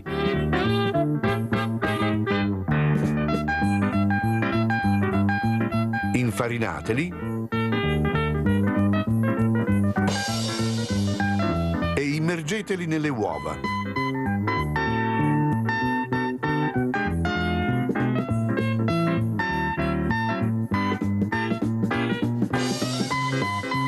Friggete in abbondante olio a fiamma moderata.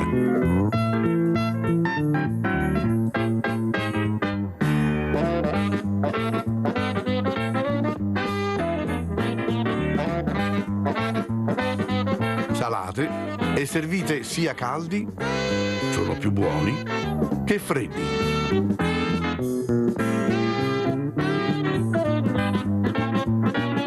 Buon appetito!